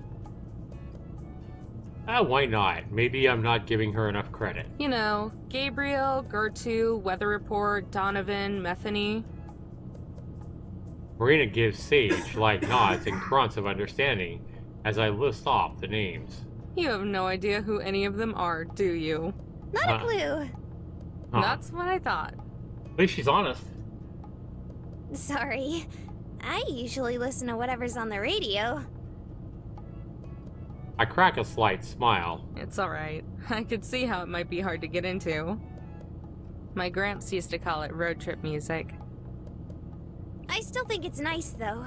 It's making you really happy. You think so? She taps her fingers gently against my cheek. I pull away a little, but I let her do it anyway. Yeah, why else would you be smiling? I've never really thought of whether it made me happy before, but I do know it made him happy, so that's good enough for me. That's actually why I'm going to California. You know, for a music festival. For real? Where? Not far from Palm Springs. Palm Springs? Like the actual Palm Springs? Don't know Huh? if there are any other Palm Springs in California, but yeah, they do it every year for a few weekends. That's funny. I went to my first concert a little before I graduated. She rests her head against the window and stares at the road ahead, her smile fading but still there. It was so much fun. An entire weekend of that sounds super awesome. Nah, it ain't that cool. Marina flings her head away from the window and turns to me. Now she's staring at me like I'm crazy. How could you even say that? It's the coolest thing ever! I wouldn't even be able to wait. I'd want to see all the bands. Oh my god. Sheesh, relax. It's not like I'm taking it for granted. It's just that there's only one group I know I want to see so far. That's right, his favorite group. Just one? He was so excited when he got the ticket. Just one that I'm excited for. I'll watch a bunch though. Releasing a long sigh, Marina eases back into her seat. Oh, good. I was afraid you were going to head home after you saw your group. You crazy? I'd like to at least have a little fun before worrying about all the expenses I gotta deal with. Expenses? Damn it. It's nothing. She gasps. Oh boy. Are you in debt? Is it college loans? My brother said those aren't fun to deal with at all. Got too comfortable. Should have just kept my trap shut. Or did you just spend too much on your Without warning, I swerve off the road and onto the rocky sand, cutting Marina off and nearly giving her a heart attack. Oh wow. Marina shoots me a worried glance, her face still pale. Oh my god! What was that? Are you okay? I pinch the bridge of my nose and my elbows on the wheel. Amber? Uh-oh. I've been driving all day. I'm a little tired. Where are we? A little outside Albuquerque, so we aren't too far now. We'll sleep here tonight and drive to Shiprock first thing in the morning. Okay then. Killing the ignition, I climb out of my seat and into the living quarters. Marina trails behind me. I yank open the bathroom's Velcro latched cupboards. Inside is a folded stack with a blanket, sheet, pillow, and my old gym clothes from school. I scoop them up and toss them to Marina. She scrambles to catch it, desperately balancing them as they lean out of her arms. Sorry about the clothes. I don't have any actual pajamas. You can sleep on the couch. It folds out into a bed. Oh, okay. Alright then, see you in the morning. With that, I step in the back room and slam the sliding door, before collapsing onto the oversized bed. Even in the darkness, I can make out the pictures hanging on the wall. Once upon a time, they were generic, scenic picture pieces, and now they're just photos. Photos of me and Gramps. Aww! My favorite is the one of us in front of the Museum for Music. Rock and roll, to be specific. It was just a little pipsqueak. I was just a little pipsqueak back then, holding on to an autographed vinyl sleeve that was about the size of my head. He was by my side, squatting down and ruffling my hair as I gave him the biggest smile I could, even with my missing teeth. I let out a sigh and fixate on the ceiling skylight, a small sliver of the moonlight shining through. It feels like an eternity since I've last laid down in this bed. I remember it felt like being hugged by a cloud. Now, it feels like concrete. Teeny creaks sound from the room next door, accompanied by Marina's little squeaks of determination as she struggles with the fold-out bed, until finally I hear a loud thud. "Ugh," she says. I can't help but smirk a little. I should have warned her that it was heavy. The room over goes silent. I hope it didn't crush her. Luckily, I soon hear footsteps tiptoeing across the carpet and then onto the bathroom tile. They stop outside my door. Hey, are you awake? No. Her voice is weak, barely above a whisper. It's almost impossible to hear it as she's muffled through the door. I know I've said it a lot already, but I really mean it. Thanks, Amber. Aw, how sweet. Good night. I continue to stay silent. In the dark, the ceiling looks like it's constantly changing in size and dimension. sometimes getting bigger and further away, other times getting closer and smaller. I look down. Through the crack under the door, I see the shadow turning around to leave. The words slip out of my mouth before she can even take her first step. Night, kiddo. Good night, kiddo, I say. Highway Blossoms. So all that just to get to the intro, guys. I gotta say, this has been pretty interesting so far. It's definitely different. I can't say I've ever done a visual novel quite like this.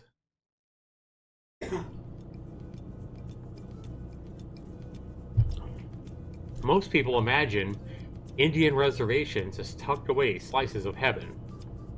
Maybe some pocketed oasis of vibrant grains and flowing water in what is otherwise a wasteland.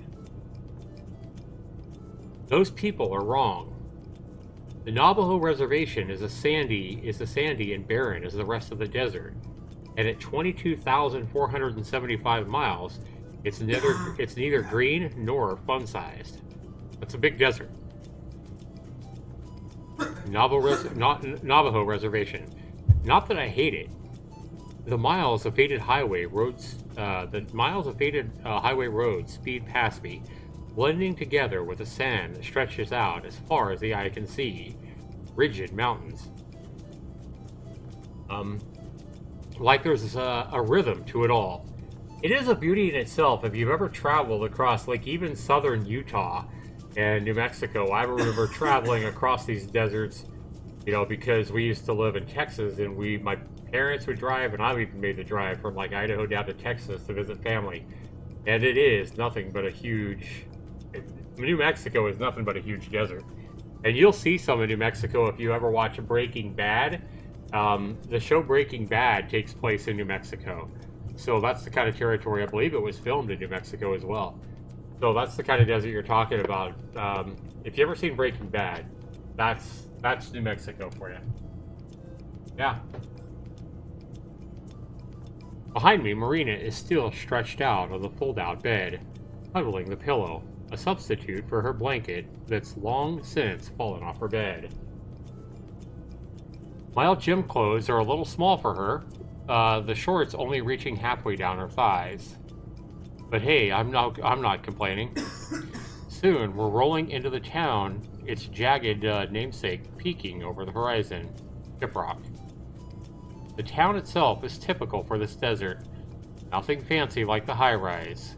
Just a lot of plain shacks sitting on top of gravel, painted, worn browns and beiges. Rock and roll, how you doing, man? Good to see ya. We are doing a visual novel, Rock and Roll. And it's been pretty interesting so far. It's called Highway Blossoms, I think you can see by the title. Basically, we're taking the role of Amber. It's a fully voiced visual novel, so like when they speak, we hear their voices. And we are Amber. We are saddened by, it seems, it's just giving us a little bit of the insight into Amber. She's basically saddened by the death of her father, or the ailing, or the, he's ill. Yeah, he's either dead or probably dead, or his health is bad. I don't remember which. But anyway, we're missing our grandfather, and we are headed to California to go to some band or music event that was his favorite band or whatever. So we're going to Palm Springs, California to do that. And we was driving at the very start of the novel. We came across a young lady broke down on the side of the road, and really young, naive young lady. And she was broke down. She ran out of gas in her car, and she's out here in the desert looking for a treasure. It seems like a big hoax, and you live in the desert. That's true, California. So anyway, it sounds like a big hoax. So we got this girl with her because we feel sorry for her. We feel like she's probably going to get somebody taking advantage of her if we leave her out there in the desert. And she's from another small town in New Mexico. And somehow, because she's so cute and adorable, she talked us into going on this treasure hunt that we believe is nothing but a scam. So we are taking this treasure hunt with this girl now because we got nothing better to do. We got several weeks until this music event, I guess. And so, yeah, We're doing it just for the fun of it, I guess. So that's where we're at. We're in Shiprock, New Mexico right now. From behind me, there's a light, almost fluffy, yawn. I wonder how that bundle of joy handles mornings. Morning. Oh man, doesn't she look cute? And she's got on Amber's, it says Amber on the shirt. You notice that? That's funny. Morning, she says. Oh, hey. You're finally awake. Uh-huh. She yawns again and thumps back against the bed. Yeah, she's not a morning person after all. And there's still some coffee in the... Oh wow, is that Shiprock? Oh wow, is that Shiprock? Now she's up. I take it back. Marina rushes behind me and grabs the back of the seats, her eyes sparkling. It's huge! I can't believe we can see it from so far away! On closer inspection, my clothes are way too tight on her. My poor shirt is being stretched to its limit. By her breasts, I guess. Of course, this doesn't seem to bother her at all. I don't know if I'm more embarrassed for myself or for her. Well, we have to get moving now. So go get dressed or whatever. Sure thing. She scampers off into the back, finally giving me room to breathe as I make my way to the driver's seat. Until I accidentally glance at the rearview mirror. In the middle of the motorhome, Marina slips out of her pajamas and into her regular clothes. So now we're watching this young, as she already said, as we already heard Amber say, pretty much she said she's really pretty, she's really fucking cute, she's really naive, she's not the brightest tool in the shed, or the sharpest tool in the shed, but, or the brightest bulb in the, you know, whatever, the brightest bulb in the package, the sharpest tool in the shed. She's pretty much a dimwit, but evidently she's really cute and adorable. And so now we're seeing her take off the clothes, the pajamas that I gave her, my PJs or whatever, my sweatpants and shirt, and she's slipping it back into her regular clothes. And it's almost like we see her in her bra and panties, probably putting her clothes back on. It almost seems like this girl is a little bit attracted by her. And for anybody that's wanting to know, rock and roll, whatever, this game is $12.99 on Steam. It came out back in 2016. And there is a free patch for this game that is a nude patch. Obviously, we don't have the nude patch put on. But for those that might be interested, this game does have a nudity patch. So I don't know how extreme that is or anything like that. So far, I've been pretty interested in the story. I mean, I don't know how it's going to end up, but it's been pretty interesting anyway. Geez, the bathroom is just right there. Why didn't she? Yeah, she's wondering why she didn't go in the bathroom to change. I adjust the mirror and try my hardest to stay focused on anything else I can look at. Fully dressed, Marina pops back up beside me and settles into the passenger seat. The desolate road continues until suddenly, as if out of nowhere, we're greeted by a line of cars, RVs, buses, and every other kind of vehicle under this blazing sun, all lumped together, stacked on top of one another, side by side, and every single one of them blasting their horns. So we're in bumper-to-bumper traffic in Shiprock, New Mexico. Shiprock, New Mexico is not that big. Unless everybody is all bumper-to-bumper because everybody's headed for this freaking treasure. So I'm kind of, you know what I'm kind of imagining, guys? I don't know if any of you guys ever remember or played, yes, nudity. Yeah, unfortunately we can't show nudity on this live stream rock and roll. But, yeah.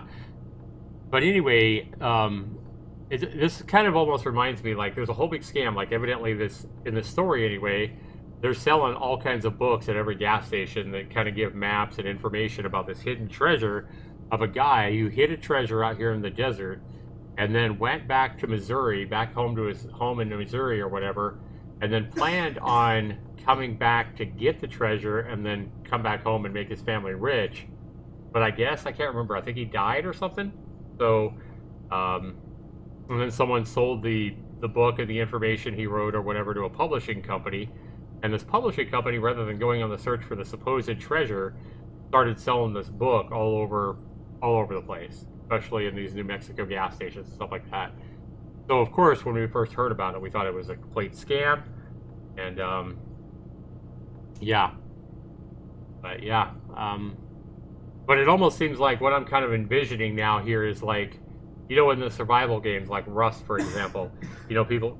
I remember when Rust used to be super populated, and they would have a loot crate drop. Or you know, when there's a loot crate drop, like everybody from all around, you know, come in towards this fucking loot crate and try to gather the treasure that is in a loot crate. Somehow I'm kind of visualizing that in this visual novel. Everybody from all around this supposed treasure area is buying these books and traveling to the same area looking for this fucking treasure that might be a scam. So that's what it kind of seems like. We'll see. What the? Yeah, why would there be so much traffic in fucking Shiprock, New Mexico? Whoa. Unless it you was think people. this is because of the treasure? Exactly. Yep. Hey, that's the smartest thing Marina said the whole fucking game. Right there. That is the smartest thing she said the whole game.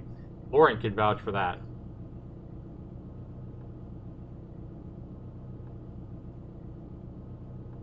When I was a kid in Arizona, it was the Lost Dutchman's Mine. Yeah, this is a mine as well. Yeah, what do they call this, Lauren? This was some mine as well. Yeah, this is a mine as well. I grit my teeth and flop back into my seat. I can only pray these are tourists and the only one dumb enough to humor this scam. And that I was the only one dumb enough to humor this scam. We're soon assimilated into a traffic jam. Slowly, the motorhome inches forward. And when we finally reach the front, the whole new monster awaits us. Laid out on the dirt, barely in the shadow of the looming mountain, is a giant cluster that can only be described as such. Campers, tents, tarps, booths, you name it. Oh boy. A chaotic horde of people crowd around the entire unorganized mess. I cringe at the very sight of it. I'm in hell. Marina pushes her face against the window, in awe of the sheer insanity. I don't think I've seen this many people since the concert. Everybody after this fucking probably scam bullshit mine of treasure mine. Oh god, she's gonna break from the overstimulation. A choir of horns serenade from behind. Groaning, I pull forward and squeeze the motorhome onto the nearest available space, stuffed tightly between everything else. Backing out is gonna be a real pain. Well, what are we waiting for? Let's go find that treasure! Oh, Marina. Oh, no. Oh, no. She wants to go find that treasure. All right, guys. I'm going to take a quick break right here. I'm going to use the restroom. I'll be right back, guys.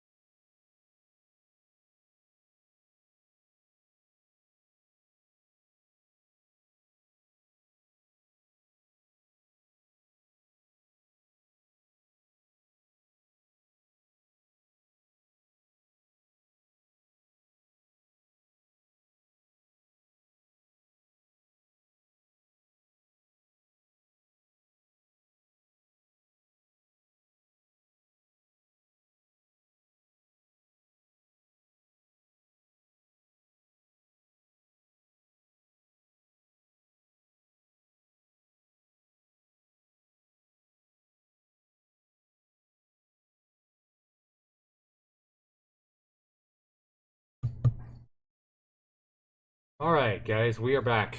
Alright, so what are we waiting for? So let's go find that treasure, she's saying. As we're seeing bumper-to-bumper traffic and the biggest chaotic mess of people and tents and everything else camped out here by this treasure site. Yeah, I can only imagine this.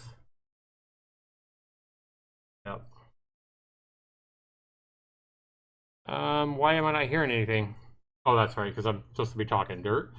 Marina sits up Just and... hold on Wait a a minute. second. Marina sits up and nearly leaps out of the car, but I grab her wrist and pull her back into her seat. Just hold on a second. Mm-mm. Her enthusiasm fades. Oh, that's right. You were only going to drop me off and leave. Aww, that's sad. That's true. That is what I said. I said I was going to take her to the first point and drop her off. I told you, Lord, though, when I said that I was only going to take her to the very start of the treasure area, the first spot. I was going to drop her off. There's no way we could drop this cute little naive girl off out here. I mean, she'd be doomed alone. And like Ethan, when I yelled at Ethan earlier for saying that word in the chat, that got hidden, thank God. But he was right. I mean, he was just talking about what that old guy, what I was thinking that old person in the pickup truck would do to her. Yeah, that could happen too. Yeah, I don't think we're gonna leave her out here. That is cute. That is kind of adorable what she said, though. You're only gonna drop me off and enthusiasm fades. Oh, that's right. You were only going to drop me off and leave. Yeah, we're not gonna do that. Sorry, but I'm gonna stick around a bit longer. I told you that. Yeah, we knew that. For real? Aww. She starts sniffling. Aw, she's gonna cry. You're so nice to me, Amber. I think I might cry. I called it. Yep, she's gonna cry. Aw. How are you not gonna... Okay, so remember when we first started this story, guys? We thought she was nothing but a complete nimwit because we found her on the side of the road, and all we knew is she ran out of gas out in the middle of the fucking New Mexico desert. She let her phone die, so she couldn't call anyone for help. She'd been sitting there for hours when we pulled over because she screamed when we drove by her. And we thought, oh my god, what a complete nincompoop. And like somebody else said in the chat, I think that he ended up leaving, but somebody said that she was a turnoff. It was Opal. It was Opal Dragon said this Marina girl seemed like a complete turnoff because of her stupidity, even though it showed Amber thinking to herself that she was adorable and cute and all that, but definitely a nimwit. But now, even though she's so naive, I think she's kind of growing, at least on me. She's almost like a lost puppy that you fall in love with. You know how people will see that adorable little puppy and they can't help but just hold the little puppy in their arms and hold on to it and think, fall in love with it or whatever. That's kind of Amber. Amber is kind of that little lost puppy that we just want to hold on to and fall in love with. And that's kind of what it feels like here with Marina. She's so damn ignorant and naive and everything like that, and cute, I guess, that we're just falling in love with her. Now she's about to cry, so she's sensitive as well, so it almost seems like she has a heart. How can you not love that, right? Hold it in. We gotta think of a game plan first. Okay. She's like a little sister. Marina returns to her usual happy-go-lucky self while I grimace at the chaos outside. If I suspend my disbelief and assume the treasure is real, where would we even start? We don't even have any equipment. I guess we may as well start by checking out the place. Yeah, you might need a shovel and everything else. I don't know. Listen to all the people, guys. Can you guys hear that? Listen to all the people. Wow. Okay, wait a minute. I'm the first to make my way out into the sea of people. My nose is assaulted with smells of campfires and BO masked in suntan lotion. Smells like tourists, alright. Marina finishes her run around the motorhome and huddles close to me, her eyes still wide with wonder, but far less gung-ho than before. The two of us make our way through the makeshift campground, following a guardrail that's been set up to separate the visitors from the rock. All the while, we pass different scenes, starring all sorts of people. A news anchor elbowing nosy hecklers out of the way while she tries to report. Men on top of motorhomes and lawn chairs, strumming away on guitars. Even vendors have set up here, selling overripened fruit from their booths. Marina is speechless, looking on in overwhelmed curiosity and hovering so close that I just keep tripping over her. I'm half expecting her to grab onto one of my belt loops. I'm surprised. I pegged her to be pretty good with crowds. Please stay behind the guardrail! I repeat, please stay behind the guardrail! Yeah, sounds like too many people for me, exactly. A booming voice shouts over the crackling of a megaphone. Pushing through the crowd, we're shoved into part of the crowd that's mobbing by an opening in the guardrail. They're barred from advancing by a lone man, standing on top of a folding chair and clutching his megaphone like a shotgun. Stay behind the guardrail! Please be considerate of Navajo land! Oh boy. What's going on? This isn't good. Not sure. I think. The sun reflects off the truck behind it. I squint my eyes at the word printed on the side. Navajo Parks and Recreation. It's the man? The man? Never mind. The relentless crowd ignores him, ramming into each other as if as they fling whole dictionaries worth of profanity at him. This could get nasty. Yeah. Maybe they're moshing. People did that at the concert. Just what the hell kind of concert did you go to anyway? Wait a second. In the back of the mosh, distant from the calamity, is a familiar sight. Blonde hair intertwined and running through a red, dark bandana. So the gal we saw at the, Alright, good night, Lauren. Have a good one, man. So this is the gal we saw at the gas station. What's wrong? Remember that loud chick from the gas station? A little. I was too busy with my slushie to really notice. Why? I think we just found our first lead. My voice trails off as I start making my way towards the girl, pushing my way through the crowd. Hey, Amber! Wait! Putting on my person mask, I take a breath and place my hand on her shoulder with a forced smile. For the last time, old man, I don't have any! Huh? She whips around, her eyes prepared for murder, but her features switch to standby mode as she realizes her mistake. Oh. Sorry, but didn't I see you at that convenience store yesterday? Yep, you did. Oh yeah, that dump. Outside of Roswell, right? Yep, that was us. I'm Amber. The other girl is Marina. Marina waves and I extend my hand. The girl's eyes narrow, but she eventually shakes it with a surprisingly strong grip. Mariah. Her name is Mariah. Everyone here for the treasure? They'd be idiots if they weren't. Hey, what do you know? You were right, Amber.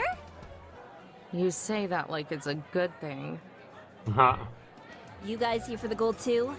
Not sure why else somebody would come out. She looks over the scenery and wrinkles her nose. To this place. The ray of sunshine next to me is looking for the gold. I'm just the ride. Step away from the guardrail! You're all getting out of hand! How you doing, Zombie Queen? Welcome to the stream. The horde presses in. The yelling grows even You louder. aren't getting through, so I don't even know why. A can of beer flies through the air and cracks him on the forehead, the liquid running down his face. Oh my god, somebody throws a fucking can of beer at this guy. Oh my, this is like an angry mob all looking for this treasure. Oh, come on! Oh boy. How you doing, Navajo Parks Zombie and Queen? Recreation. They're trying to keep well-meaning treasure hunters from carving up the rock because of its religious significance. Doesn't surprise me. This is a four-corner state, so there's lots of stuff like that out here. Well, you can't exactly... I agree, you can't exactly allow fucking... Not 10 million, but you can't exactly 10,000 fucking crazy people all looking for a treasure to go fucking digging up holes and crashing, you know, Shiprock, New Mexico. You know, you can't... They can't allow crazy fucking mobs to just go out there and tear the whole fucking area up around Shiprock, New Mexico looking for this stupid treasure. It's probably a scam anyway, you know? I think it's sweet that they're trying to protect big ol' Shippy. Yep, they're trying to protect the rock. Mariah stares at her as if questioning her entire existence. But it's a rock. It's not just a rock, you dumb bitch.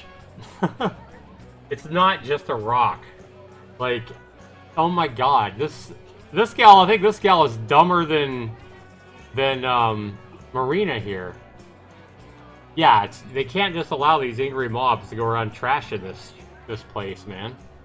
Not to mention, you're talking about the Navajo Parks and Recreation area. They can't just allow fucking a bunch of crazy drunks to fucking go out here digging the fucking area up. So? It's only good for postcards and carving big monuments.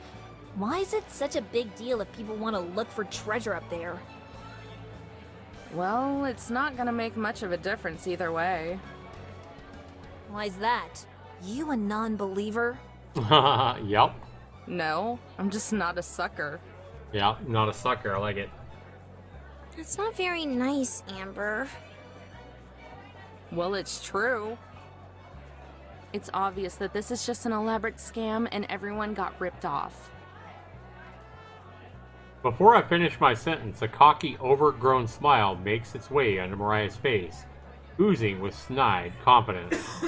What if I told you I could prove the treasure is real?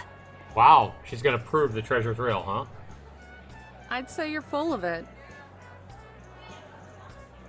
Does that mean the treasure's real? Like, honest to goodness real? Overwhelmed with excitement, Marina springs up and down. All the while, Mariah gives a smug nod. Zax, I like how you're yelling at the story. Mm-hmm. Yeah, I know, yeah, right? right. Well, Amber ain't believing it. Oh, ye of little faith. I said I could prove it, didn't I? And how exactly are you gonna do that? Come back to my base full of highly trained elite treasure hunters. Then I'll show you. Elite what now? Highly trained elite treasure hunters. Right. This is funny. Thanks, but no thanks. We'll pass. What? But why? Well, because... You said we needed a game plan, right? This is the best chance we have right now. A terrifying amount of determination emanates from her as she forces an unwavering stare on me. Her gaze intensifies. I look down at my dusty shoes and finally give in. Jeez, if it'll make you that happy, I'll do it. Sure. She's really damn determined, I'll give her that much. I'm not sure I could have said no. But this better be legit, you hear? I point to Mariah. I'm not in the mood to be jerked around today. Yeah, I'll keep my word. Hey! Stop it! We look back to the crowd. The guardrails have toppled over, and the crowd surge towards the van. I'm warning you! Stay back! I have a megaphone! The crowd circles in around the chair and topples it over, the man crashing down with it. We should probably scram. Way ahead of you. Sleek and lavish, Mariah's motorhome is like a mansion on wheels. Its chromy black paint is so fresh you could practically smell the primer. Here we are. Base, sweet base. She throws the door open. Joe, Tess, buck up, we have guests. Marie and I shoot each other an unsure glance, and then we enter the motorhome. Oh, hey. Did you finally manage to make some friends? Huh. Blow it out your ass, slacker. It's just as big and expansive on the inside, making my RV look like a toilet in comparison. It's definitely a luxury class, unlike my Class C. Or at least, it would be a luxury motorhome if not for the seemingly random decor. The wall is littered with posters of ska bands, the worst genre of music. Even weirder are the license plates scattered everywhere. Some in boxes, some on the table, and some strung together like a wind chime. A beanbag in the corner and bottles of empty beer and liquor cast off the ground. The place looks more like a frat pad than a base. An impression further aided by the guy sprawled out on the couch, his head wrapped in a bandana like Mariah's. Someone's feisty today. No luck with the treasure, I take it? Yeah, no thanks to you. Hey now, me and Tess were holding down the fort. That's a very important job. He gestures at the cot above him. A hollow space under some cabinets. It looks like a row of cupboards that used to be there, and they were stripped out to make room for it. Lying on top of it is a little girl facing the other direction, fiddling with something I can't make out. She's wearing another identical bandana. Isn't that right, Tess? Tess gives a barely existent nod and continues tinkering. See, what did I tell you? Has she been like this the entire time? Yep. She hasn't moved since you left this morning. It's kind of sad. Please, don't think I haven't noticed you were on that couch when I left. Guilty as charged.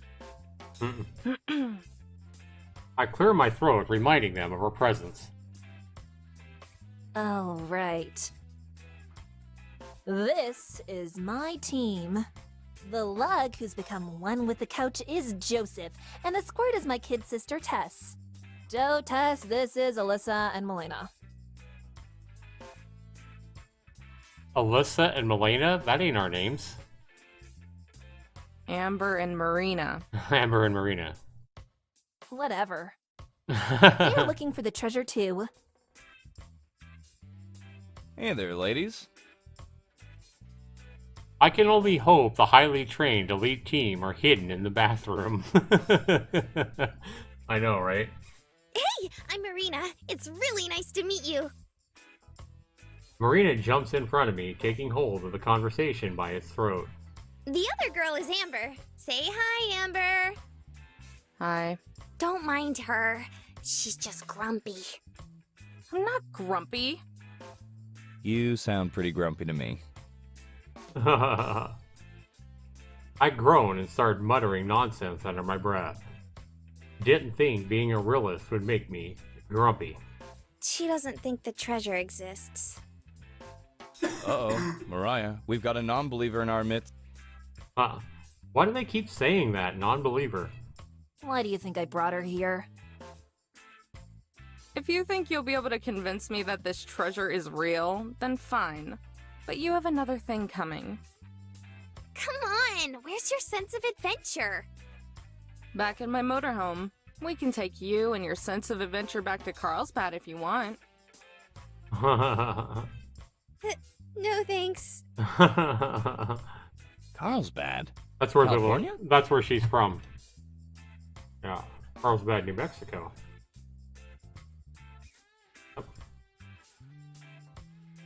New Mexico. Rolling her eyes, Mariah walks over to a drawer. From the inside, she pulls something out wrapped in cloth and brings it over to me. Go ahead. Take a peek. Her smirk reappears, curling across her face as if this were a game and there's no way she could lose. Hesitant, I bring my hand to the rag and unwrap it. What? No, wait. Is this? That's right. What is it? Lying swaddled in the cloth is a yellow nugget. I give it a squeeze. It's soft, definitely not a piece of pyrite. It's gold! Marina says it's gold. But how? You know the miner who hid the treasure? That's Joseph's great-great-uncle. Oh wow. You're lying. I can testify for that. It's true. This thing is a family heirloom. More like it was lying forgotten in my basement until we stumbled across it as kids. After that, I heard great tales of the miner and his hidden treasure. She went to the library and found old newspaper clippings making fun of him. Then, I made it my life's goal to find his treasure. She's been obsessed with it ever since. Help. That's a load. I saw you at the store yesterday. If you knew so much about the treasure, then why did you have to buy one of those journals? True, she's got a point. Yeah, why did she have to buy one of the journals? Another side of my family probably got the journal after he kicked it. We didn't hear about it until everyone else did. This doesn't prove anything. Mariah shoots me a scowl, similar to the one she gave the clerk yesterday. What are you trying to say? Sis, Tess finally moves, hopping down from her cot, another license plate wind chime in her hand, the plates clinking together as she runs over to Mariah. sis, I finished it. She says this without a hint of emotion, her eyes in a constant half-open state. It's kind of unsettling. How many is that now? 44? 45. Huh. Marina bends down to Tessa's level and greets her. Oh, are you collecting license plates? Uh-huh. I only have 5 more until I have all 50 states. Aw. And what state do you have there? New Mexico. Her voice and expression don't change, still as dry as the desert air. Mariah scoffs. At least yesterday wasn't a complete waste of time. That junker was a piece of crap. Wait a second. All the parts were rustier than my ass. Even the scrap metal wasn't worth it. Just be thankful we found it. We'd be busted if I hadn't salvaged the good bits. Besides, that money is going to keep us from starving. I look at Marina, but she doesn't seem to put it together. About that car you found. That wasn't outside Roswell, was it? They found her car. Yep. The stolen car? Yep. Marina's eyes go wide, realization finally penetrating her skull. Uh-oh. Yeah, not too far from the store. What do you care? I can feel my blood beginning to boil.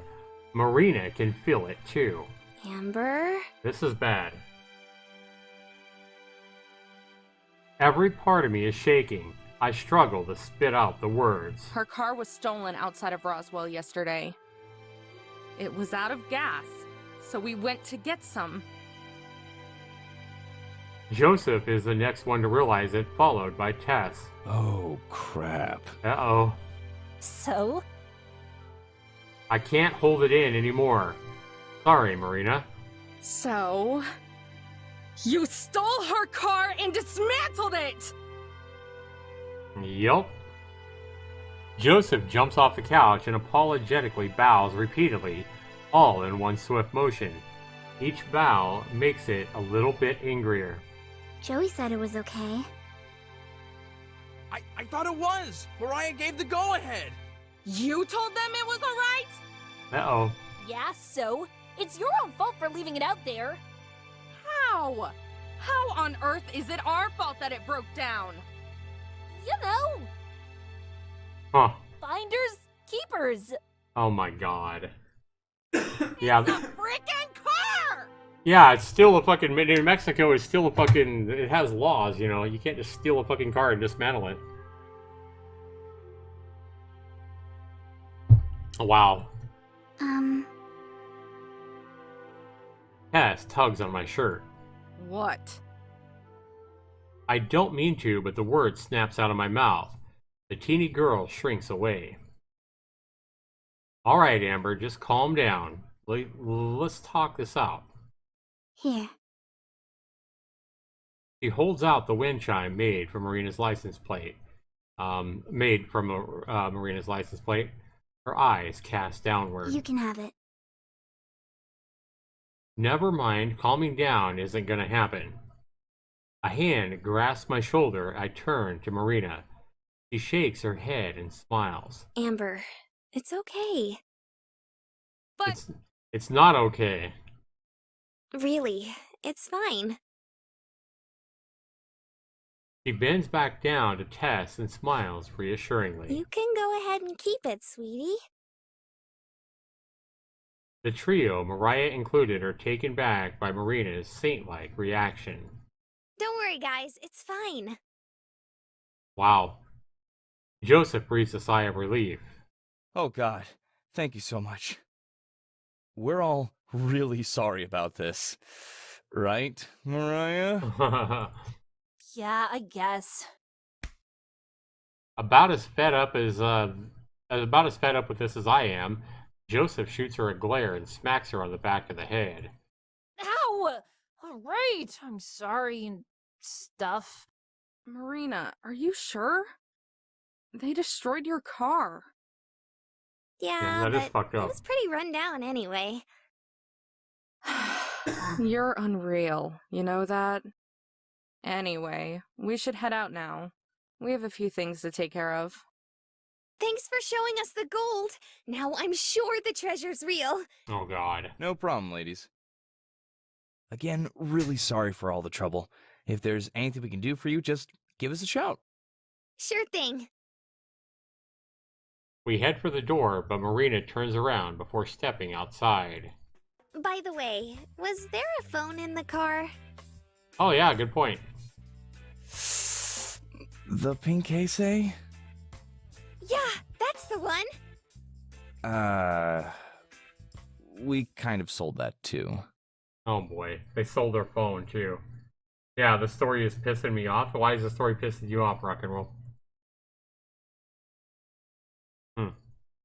So they salvaged her car. I had stopped to help her go get gas. We go to the gas station to get gas. Before we get back with the gas that Amber bought for Marina, her car's gone. So that's kind of why we're having to help her out. And now we find out that these guys fucking stole her car, dismantled it, salvaged it, and then sold her fucking phone that was inside the car as well. That's messed up. Is that why it's pissing you off, Rock and Roll? Or is something else pissing you off? It feels like the page is staring back at me. What? We kind of sold that too. Yeah, okay. It feels like the page is staring back at me? That's kind of weird to start off. In fact, at this point, it probably is. My gaze drifts from the journal to the window by the entrance. Marina is outside, twirling the payphone's cord as she pops in another quarter. She bites her lips and looks through our window. Our eyes meet. She sends me a small, anxious wave. Closing the book, I let out a yawn and remove my head from my fist. I'm sure there's a red imprint on my cheek. Figuring out that we had to go to Shiprock was the easy part. Everything else has been a gigantic pain in the ass. There's a rush of precious cold air getting sucked from the building. Marina enters, carefully shutting the door and taking the seat opposite me in the booth. So how'd it go? It went fine, I guess. I feel like we're missing something Your parents are okay with all of this? here. Okay, so it's almost like it skipped a little bit of the story. Like it almost skipped something about her saying or maybe telling her she needs to call her parents or something. Yeah, it's almost like it just just Mariah's attitude. Yeah. It's almost like the story skipped a little bit of something or something. Yeah, it's like it skipped something where I maybe reminded her that she should call her parents or something. Anyway, so she talked to her parents, and her parents said, I guess her parents said it's okay? Maybe not okay, Uh-oh.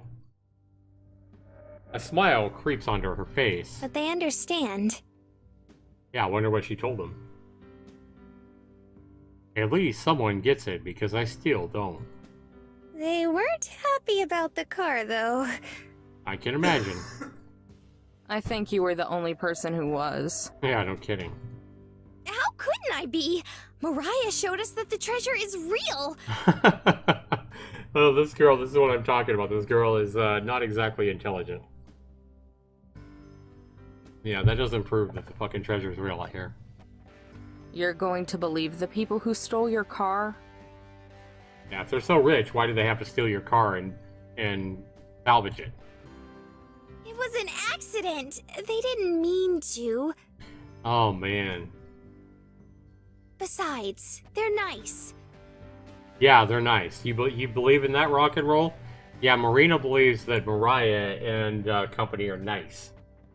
They stole your car, salvaged it, and sold your fucking phone, and you believe that they're nice. Yeah, you're too naive for your own good, Marina. Before I can argue further, our waitress emerges from the kitchen carrying our order. A hot black coffee for me, and a milkshake for Marina, and a large order of fries for us both. Marina's eyes brighten at the sight of the shake. Like with a slushie, her sweet tooth takes control of her, and she practically starts drooling over the glass. With a nod, the waitress disappears back into the kitchen. Thanks for the food, by the way. Well, it's not like I really had a choice. I could hear your stomach from the driver's seat. I wasn't about to let you starve to death on my watch. Plus, I was getting pretty hungry too. Amazingly, Marina didn't freak out at the sight of the diner, like she has at everything else so far. I was genuinely shocked when I didn't hear a gasp of awe escape her mouth as we pulled up. Hey, Amber, why don't you get a shake too? Coffee and fries don't really go together, don't you think? Huh. I'm fine. I don't really like sweet things. But it's super good! Especially when you dip your fries in it. She takes several of the fries and does just that, dipping them in the shake like it was ketchup or mustard. That's silly. I can do the same thing with my coffee. Taking a fry, I dunk it into my coffee and take a bite out of it. Yeah. That was a bad idea. I was gonna say, look at her face. Yeah. Yeah, she's a taco short of a combo. Exactly, rock and roll. Grimacing, I place the rest of the fry on my napkin as I try to cope with a cold chill of sulfury aftertaste. Maybe it would work better if you put creamer in it? She noticed. Somehow I doubt that. Besides, it would just ruin the coffee. I don't know how you can even drink it without cream, or at least a little sugar. It's so bitter. It's an acquired taste. You find flavor in the bitterness. That's why I think it's weird that you drink something like that. How do you mean? I don't know. Her brow furrows in deep thought. You always seem so yes or no about stuff. If you like something, then you do. If you don't like something, then you don't. You're losing me, Mare. What did Mom used to tell us when we didn't listen to her? Oh, yeah.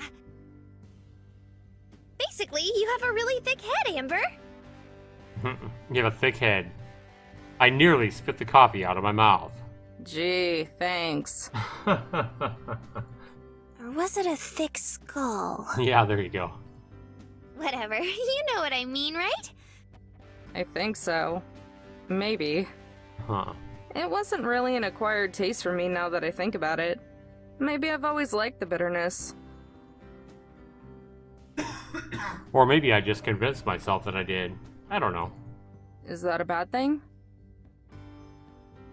Just like in Mariah's RV, Marina shakes her head and gives me a sweet, genuine smile. I don't think so. I actually really like it. It reminds me of Shiprock. What? A warm, tickling sensation bubbles up in my chest. It forces me to smile, but I play it all off cool and breezy-like. So I remind you of a rock. You shouldn't say that kind of thing.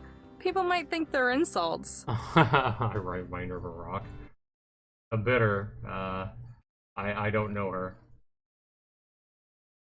Satisfied with how I play that off, I reach for a fry and reward myself, but instead of hot, crispy goodness, something smooth brushes against my fingertips. I gaze down at the plate of fries. Marina's hand, for a split second, rests below mine. We instinctively snap back. Marina's face is a bright shade of pink, and mine is probably similar. Sorry. The room feels 10 degrees hotter. We try to reestablish eye contact, but our glance shoot off in other directions as soon as we meet. Hey, Amber? I managed to compose myself long enough to look back. You said something about bills and expenses last night, right? I don't know what exactly you meant by that or what it is you have to pay off, but since we know the treasure is real now, I was wondering, Oh boy. maybe you might think about sticking around to look with me? We could even split it, or something. Well, first off, we don't even know if the treasure is actually real. Mariah could be pulling our legs. My coffee is mostly gone. All that's left is a puddle and a few stray grounds. I'll think about it, though. Really? I only said I would think about it. Don't get too excited just yet. I won't. I just think it would be super cool. Marina flops her chin down and rests on the table. How's it going anyway? Have you figured out where the first part of the treasure might be? No luck. It's not like the guy drew a map or anything. He just jotted down details about the places he went to. That and rambling about how awesome he was. Do you think Mariah was right and he hit it on top of old Shippy? Don't listen to Mariah, okay? She doesn't know what she's talking about. Think about it. How would he even scale the mountain? He was traveling solo on horseback. I doubt he would have the tools to do it. And Okay, even fine. if he did, I'm pretty sure he would have gone on and on about it in his journal.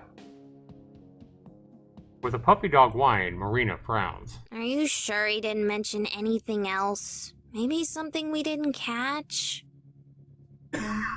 I slide the book across the table and over the leftover crumbs, stretching my stiff joints as I rest against the booth. Take a look if you want. My eyes are gonna start bleeding if I read it again. The only things he really mentioned are the rocks and the dikes around it.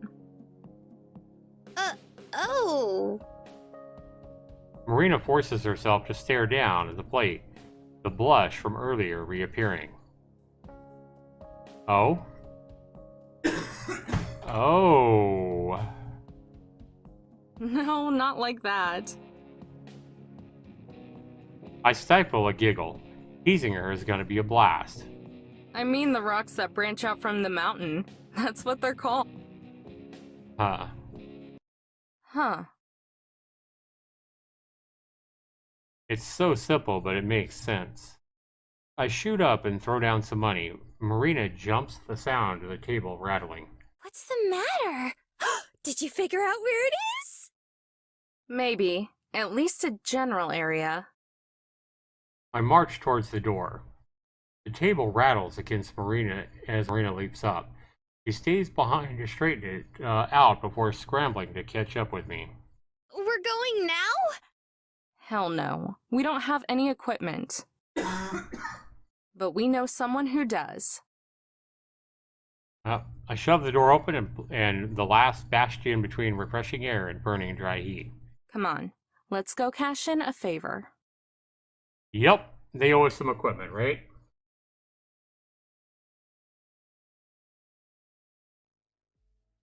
It sure was nice for Mariah and her friends to let us use some of their equipment. Only after that Joseph guy begged her to. I paused to look around. We decided to wait until nightfall to go look around some more. It's like an entirely different world the further you get from insanity. Quiet and calm, the only lights are the stars and the faint glow of the campground, the campers and motorhomes flickering in the distance. Marina fiddles with the metal detector's headphones, removing them from halfway. Sorry, the beeping's loud. What was that? Forget it. I'm not playing that game. Just keep listening. Oh! Did you find something?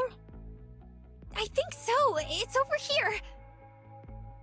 I set aside my shovel and throw myself to the ground, clawing at the sand. A shiny speck sticks out of the ground. Frantically, I dig it up. Is it the gold? It's... I scrape harder. Harder. It's... Finally, I unearth it and hold it up to the starlight. A soda tab. A soda tab. Damn it! This is the 5th one! If we find any more, we could start making a curtain out of them. Oh boy. I send the tab flying, speeding off over the dikes. Maybe we should call it a night. I'm sure we can find it once we're fresh in the morning. Nah, that's no good. We can only do it now because Parks and Recreation isn't paying as much attention. Even now, someone's still guarding the area near the campground. The rocks give us some cover, so I don't think we'll be spotted. But we still need to be careful. We'll keep looking for a little while. If we can't find anything, we might want to assume the worst. Her face wrenches with hopelessness. That somebody else found it? That it doesn't exist! Jeez, it's like you've never even considered that it might not be real. But Mariah... Huh? Yeah, I know. Grab my shovel and swing it back over my shoulder. As we walk, we stay as close to the mountain range as possible. Why are you so gung-ho about this thing anyway? If you're just in it for the cash, there are better ways to make money than dragging yourself around the desert. True. Oh no, it's nothing like that. It's just... Her voice trails off. It hangs over us, never fully evaporating into the cool night air. It's okay. Don't feel like you have to tell me. We both have things we don't want to talk about. That's becoming very clear. At least Marina doesn't swerve off the road so she can pout. I just don't want to think about it. All I've been doing for the last month is thinking about it. I almost wish my brain would quit working so I wouldn't have to. So naturally, I take a long, lonely trip with nothing to do except think. Amber! It's happening again! What? Marina stops, hands quivering as she tightens her grip. I swear, if this is another soda tab... I don't think it is. The beeping is really loud, and it's vibrating a lot. So she has a metal detector. Wait, it's vibrating? Uh-huh. It feels weird. The metal detector hovers over the ground between the rock and the sand. I thrust my shovel into the spot, the metal scraping against the edge of the dike. Planting my foot onto the shovel's head, I drive it further into the ground, using every ounce of my strength to dig. The first load of dirt and sand unclenches from the ground, loosening the earth around it. I throw the load aside and repeat the process. Each time it's a little easier and a little lighter. Finally, the shovel strikes something hard, sending a shocking vibration through my hand and up my entire body. Bedrock? I haven't dug that deep. Huh. Dropping to my knees, I reach my hands into the hole and brush off the remaining dirt. Marina leans in. The sound of her anxiously swallowing is barely audible over my heavy breathing. My fingers brush against something. I gulp and pull out the hole's contents. We can tell they found something here by the picture. We can tell they... Bingo! I gulp and pull out the hole's contents, a small, rotting wooden box. Uh-oh, the bingo! My heart stops. Trembling, I open the box, the leftover dirt falling into my lap. Gold. It exists? It exists? It exists! Wow. Marina yells at the top of her lungs, a yell so loud that it bounces off the mountain, echoing off to the horizon, and then back again. Marina has been unleashed. Shh, not so loud. They might hear us. Yeah, no kidding. She lowers her voice to an excited whisper, channeling her energy into bouncing up and down. But it exists! I told you it did. She's right, and despite being proven wrong, I can't help but smile. Here, I thought it was going to be some plastic treasure chest with a coupon for chocolate milk inside, or something that equally shameless and corporate. Amber! The artwork, I love the artwork, I gotta say that. My only warning is a quick gust of wind. Before I even have a chance to brace for it, I'm engulfed by Marina and her hug. What? It's real! I told you it was! I told you! I stop for a second, then smile. Yeah, you were right. It's real. Should we tell someone?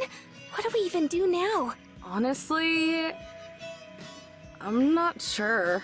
It's getting pretty late, though. Let's pack it up for the night. We can think about what to do in the morning. Yeah, I gotta say, only in a movie, only in a cartoon, or only in a fucking video game. I mean, it really doesn't make a whole lot of sense that there's tons of people out here in this desert by Shiprock. We have guards keeping people from running off towards the fucking mountain looking for gold and using shovels and metal detectors and stuff like that to look for this treasure. But somehow we're able to sneak out by this rock and dig up this treasure while everybody else is being held at bay by these guards. Even though we saw that they were throwing beer cans at this guy's head and all this shit like that. Somehow there's not a million motherfuckers all around, all these people that we saw out there. Somehow they didn't get to this first. Somehow there's not people digging up holes everywhere around us. Somehow we're the only ones out here under the stars with a metal detector looking for this gold. Yeah. Very, very, very unlikely and very, very, very implausible. And, you know, it seemed like this story was at least halfway plausible and realistic until just now. And now we just had the most ridiculous thing in the world. And I kind of had a feeling that once we started to talk about how we started going down here and digging and shit like that, I kind of had a feeling like once we found that soda can or whatever, I kind of had a feeling that we was about to find it. And sure enough. Anyway, we found gold, and we'll think about it. We'll think about what to do in the morning. What do you think, Rock and Roll? For now, we can just marvel at the fact that it's not bogus. Sound like a plan? It does, but... It takes a deep, long breath, inhaling all the air around, and maybe even some of mine, and then releases it all at once. It's actually really real! Yeah. Keep screaming like that, you're gonna have that big group of people over here, yeah, trying to steal your fucking gold. I'm just saying. Shh! Marina, quiet! Exactly. They're gonna hear us. Exactly.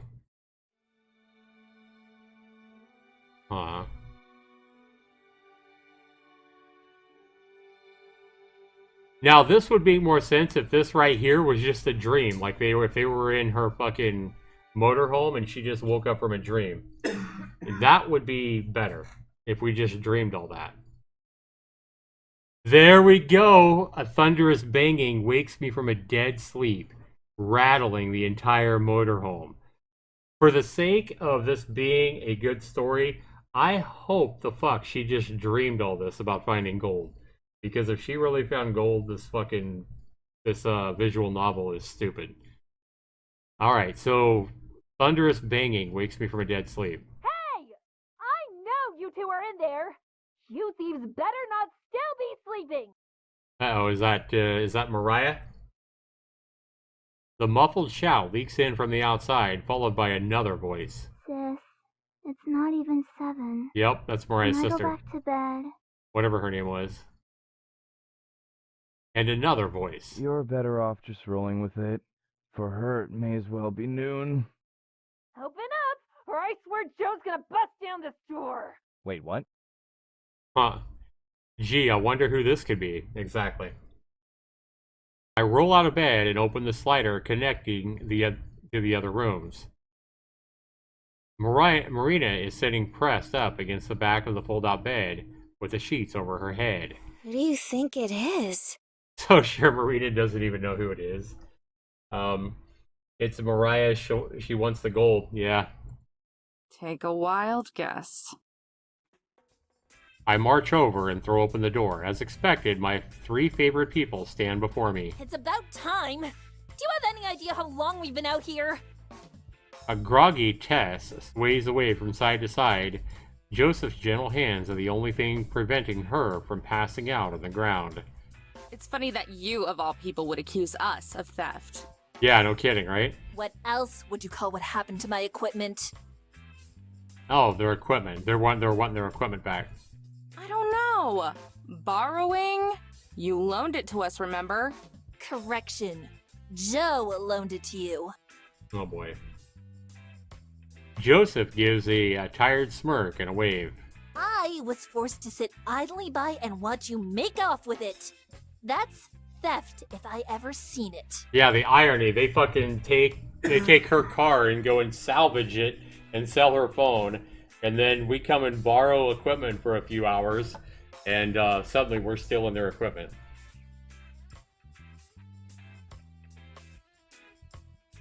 This visual novel has turned pretty stupid, I gotta say. He pushes me aside and clambers into the motorhome. Get the fuck out of my motorhome, bitch! Followed by the other 2. Yeah, I don't want her rumbling through shit and finding this gold I supposedly just found if I didn't dream about it. Looks like we're coming in. Oh boy. Good morning. Oh boy. Hey, you 3. Morning. How are you guys doing? Tired. Hey, For what it's worth, we tried stopping her. we just gotta hope this Marina doesn't... We need her to shut her fucking mouth.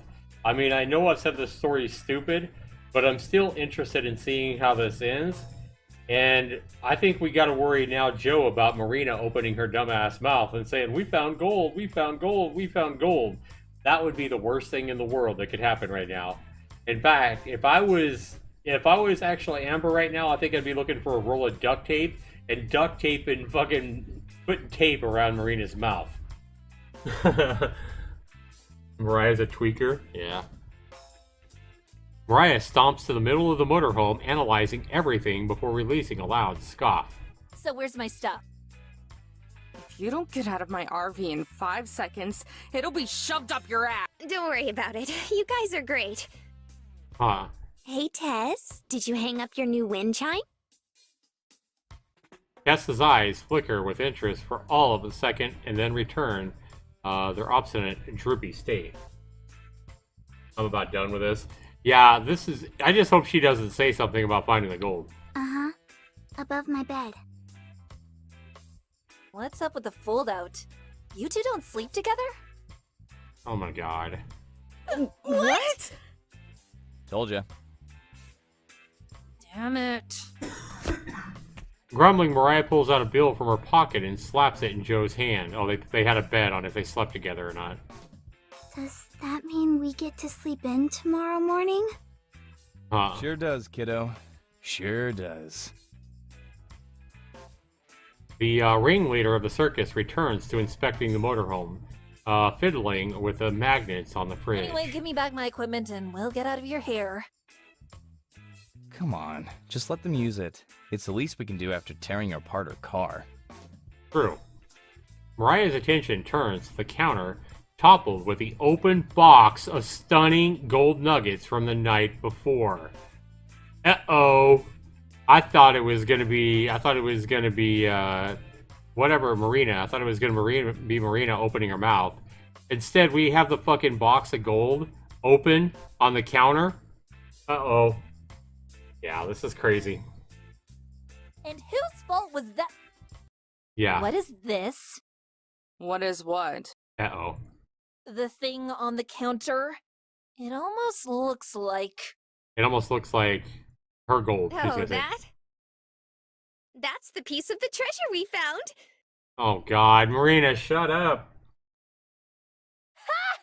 Yeah, right! You're kidding. She chuckles. She stops. She's kidding, right? I have a devious thought and crack an equally devious smile. Nope. She's telling the truth. 100%. I wrap my arm around Mariah and bring her close. Joseph and Tess shoot each other alarmed glances. We found it last night. With your equipment. Huh. She stands there, stupefied. No! That's impossible. You're lying. Really now? Hey, Marina, why don't you tell her about it? Sure thing! Oh boy. It started yesterday after we met. Amber looked at the journal again and thought it might be near the smaller rocks behind the bigger one. They're called dikes, I think. Anyway, turns out she was right! Mariah looks down, muttering at But herself. how?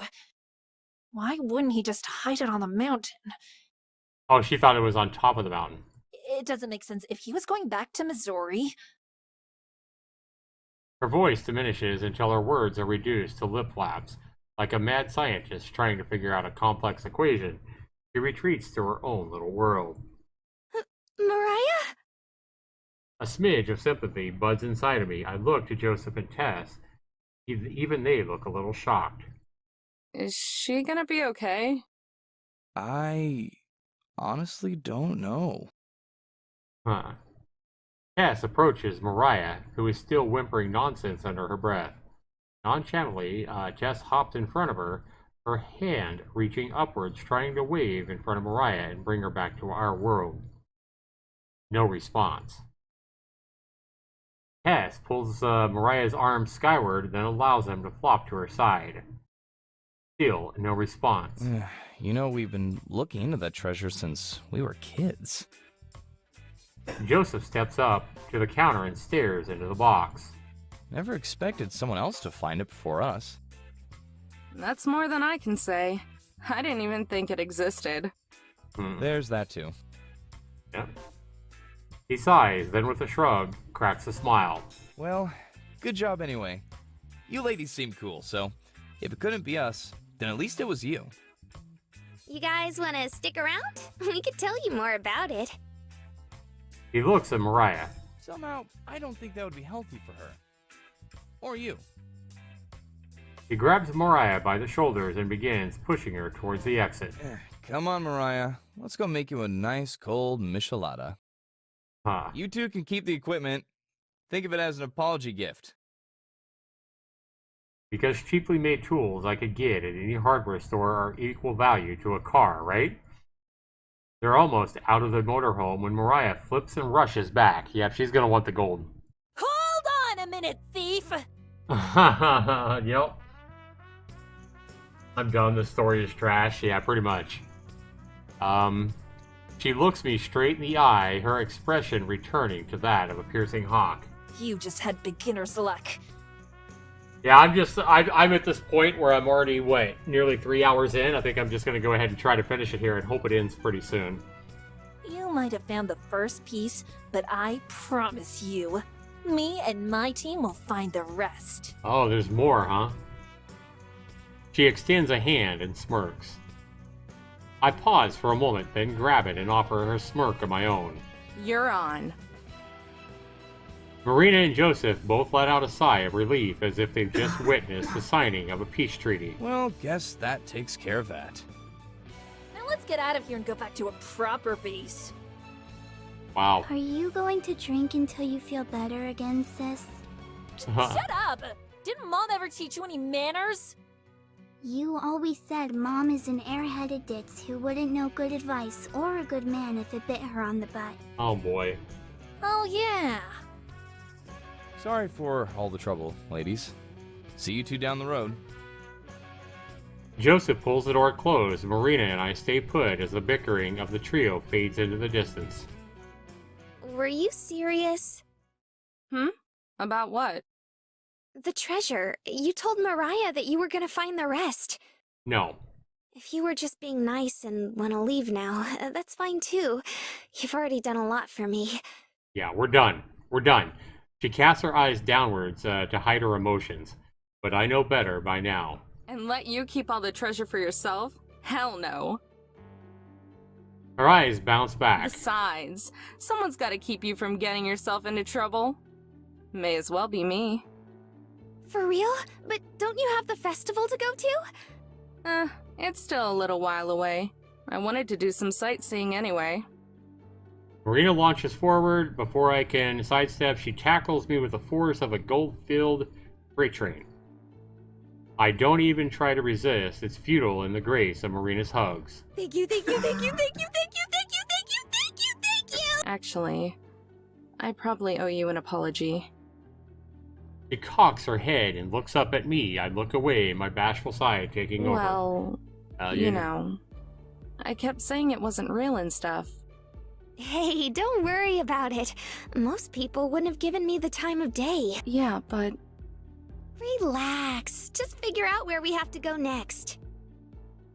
I smile. We walk to the front of the RV and take our seats, grabbing the journal from the glove compartment. I flip it open.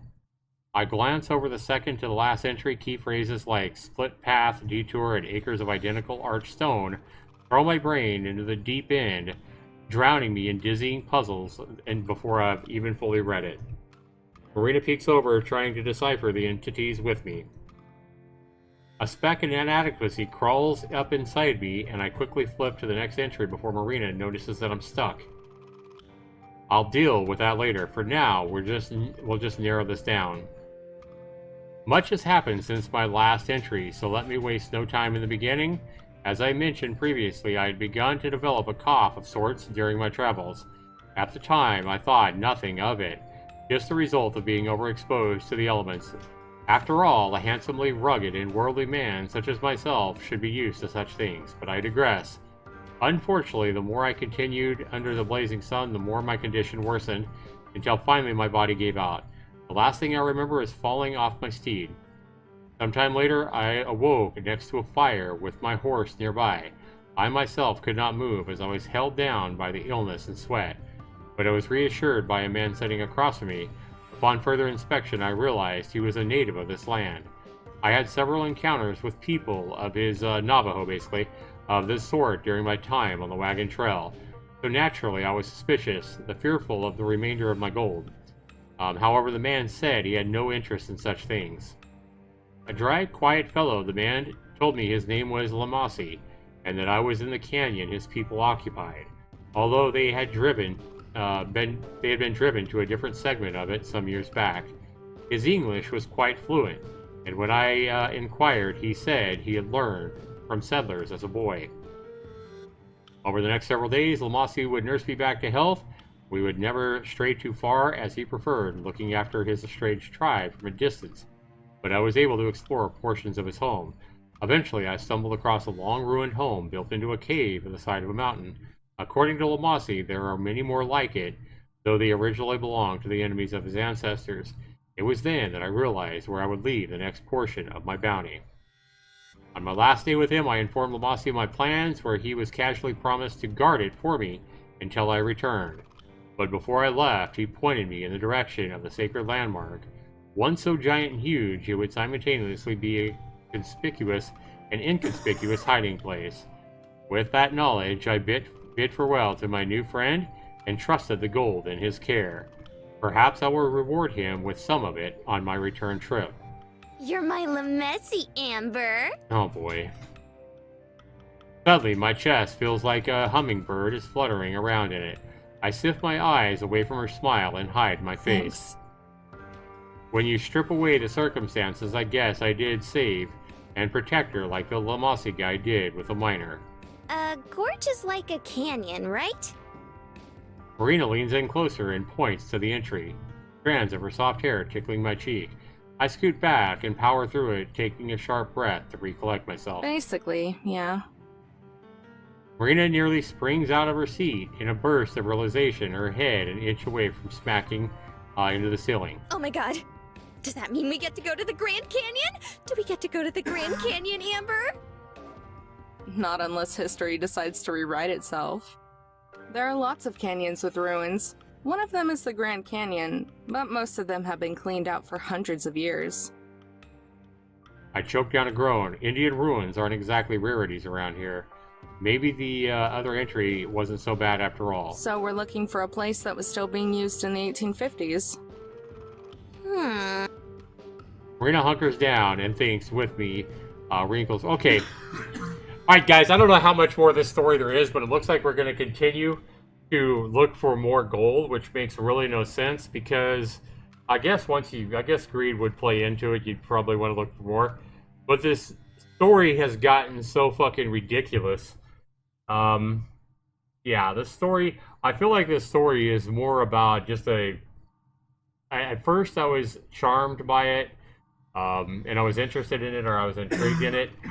But now it's pretty obvious to me that this story is more about probably selling itself for the porn part of it than actually because it's a good story. I have to go with my moderator, Rock and Roll, who says, yeah, I'm done with the story, it's trash. It's gotten to the point where this is so fucking ridiculous that it's not even funny. So this sadly, this story is getting like 96% positive reviews.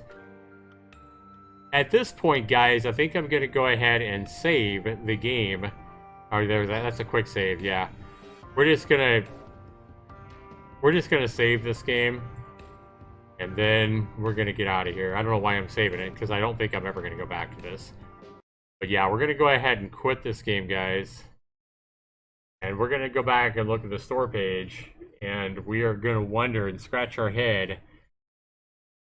96% of over 1,000 reviews. Do you guys think I'm giving up too quick on this? I'd love to know down in the comments below what you guys think, if you think I'm giving up on this game too quick. But yeah, I think this story has reached a point of ridiculousness that has pretty much lost my interest. I think this game here and the positive reviews are much more about this 18 plus adult content than we are talking about a good, interesting story. It kept my interest for a little bit, but now it just got ridiculous. Yeah. Alternate silly content for the second read-throughs was written by the programmer with little to no oversight. This may or may not have been a good idea. That's exactly right. Silly content. Yeah. 6 or so hours of reading. So I wish I would have read this before I started. Expect 6 or so hours of reading. I'm at 3 hours in, guys, and there is no way in hell I'm going to read this game for another 3 hours unless I just get an overwhelmingly number of people saying, hey man, you need to read the rest of this, it's good, it's great. You know, at this point I know that in the past I've thought that some of these visual novels were I know that in the past I've thought visual novels were getting ridiculous, or I remember the one, I believe it was called Amber, A-M-B-R-E, that had me pissed off, and I wasn't wanting to read anymore, but I stuck it through, and I was glad that I did. But, you know, because it actually made sense in the end. But this game, I think, is, I honestly think this game, the positive reviews or whatever, I think they're more about the nude patch and the TNA or something than they are because it's a good story, like I said. I just can't imagine why most people would say this is such a good story. The music was good. The art was good. And some parts of the story were charming. I will give it that. But as far as them finding gold out there and being able to go out there with a shovel and dig up the gold when there's tons and crowds of people out there not very far away being held back by people guarding, made no sense whatsoever. And it pretty much lost all my interest right there. It just got to a point where it was just totally ridiculous. It's just hard to follow anymore. Yeah. And I mean, yeah, I mean, some visual novels are certainly ridiculous or fairy tales, and I'm not expecting this story to be exactly believable, but it has to at least be plausible, I think, or something. I don't know. It's kind of like the novel started off like a realistic story, and then it just reached like, you know, complete Disney fantasy type proportions. I don't know. Maybe it's just late. Maybe I need to give it a second chance. That's why I saved it. If somebody comments that, hey, they've played this whole game, it's worth continuing or something like that, maybe I will. But for right now, guys, I'm going to go ahead and chalk this up as just another lame story. Sadly, it's sad because, you know, you would think going into this, I want to go and thank the George guy, if he's here, for subscribing. You would think with a visual novel with 96% positive reviews and 100% positive reviews, its last 30 days, and you know, it's 3.5 years, so it's not like this novel is new. You would go into something like this expecting a great story. Maybe, guys, maybe I will continue Highway Blossoms and we'll try to get to the other side. But with me having to work tomorrow and me having to go to bed, there's no way I'm going to do it tonight. So I'll give it some thought. Maybe we'll go ahead and continue in a live stream of the Moonshine. We'll continue this story here in the near future, and maybe we'll try to finish it off, do the last 3 hours or whatever, and finish this up.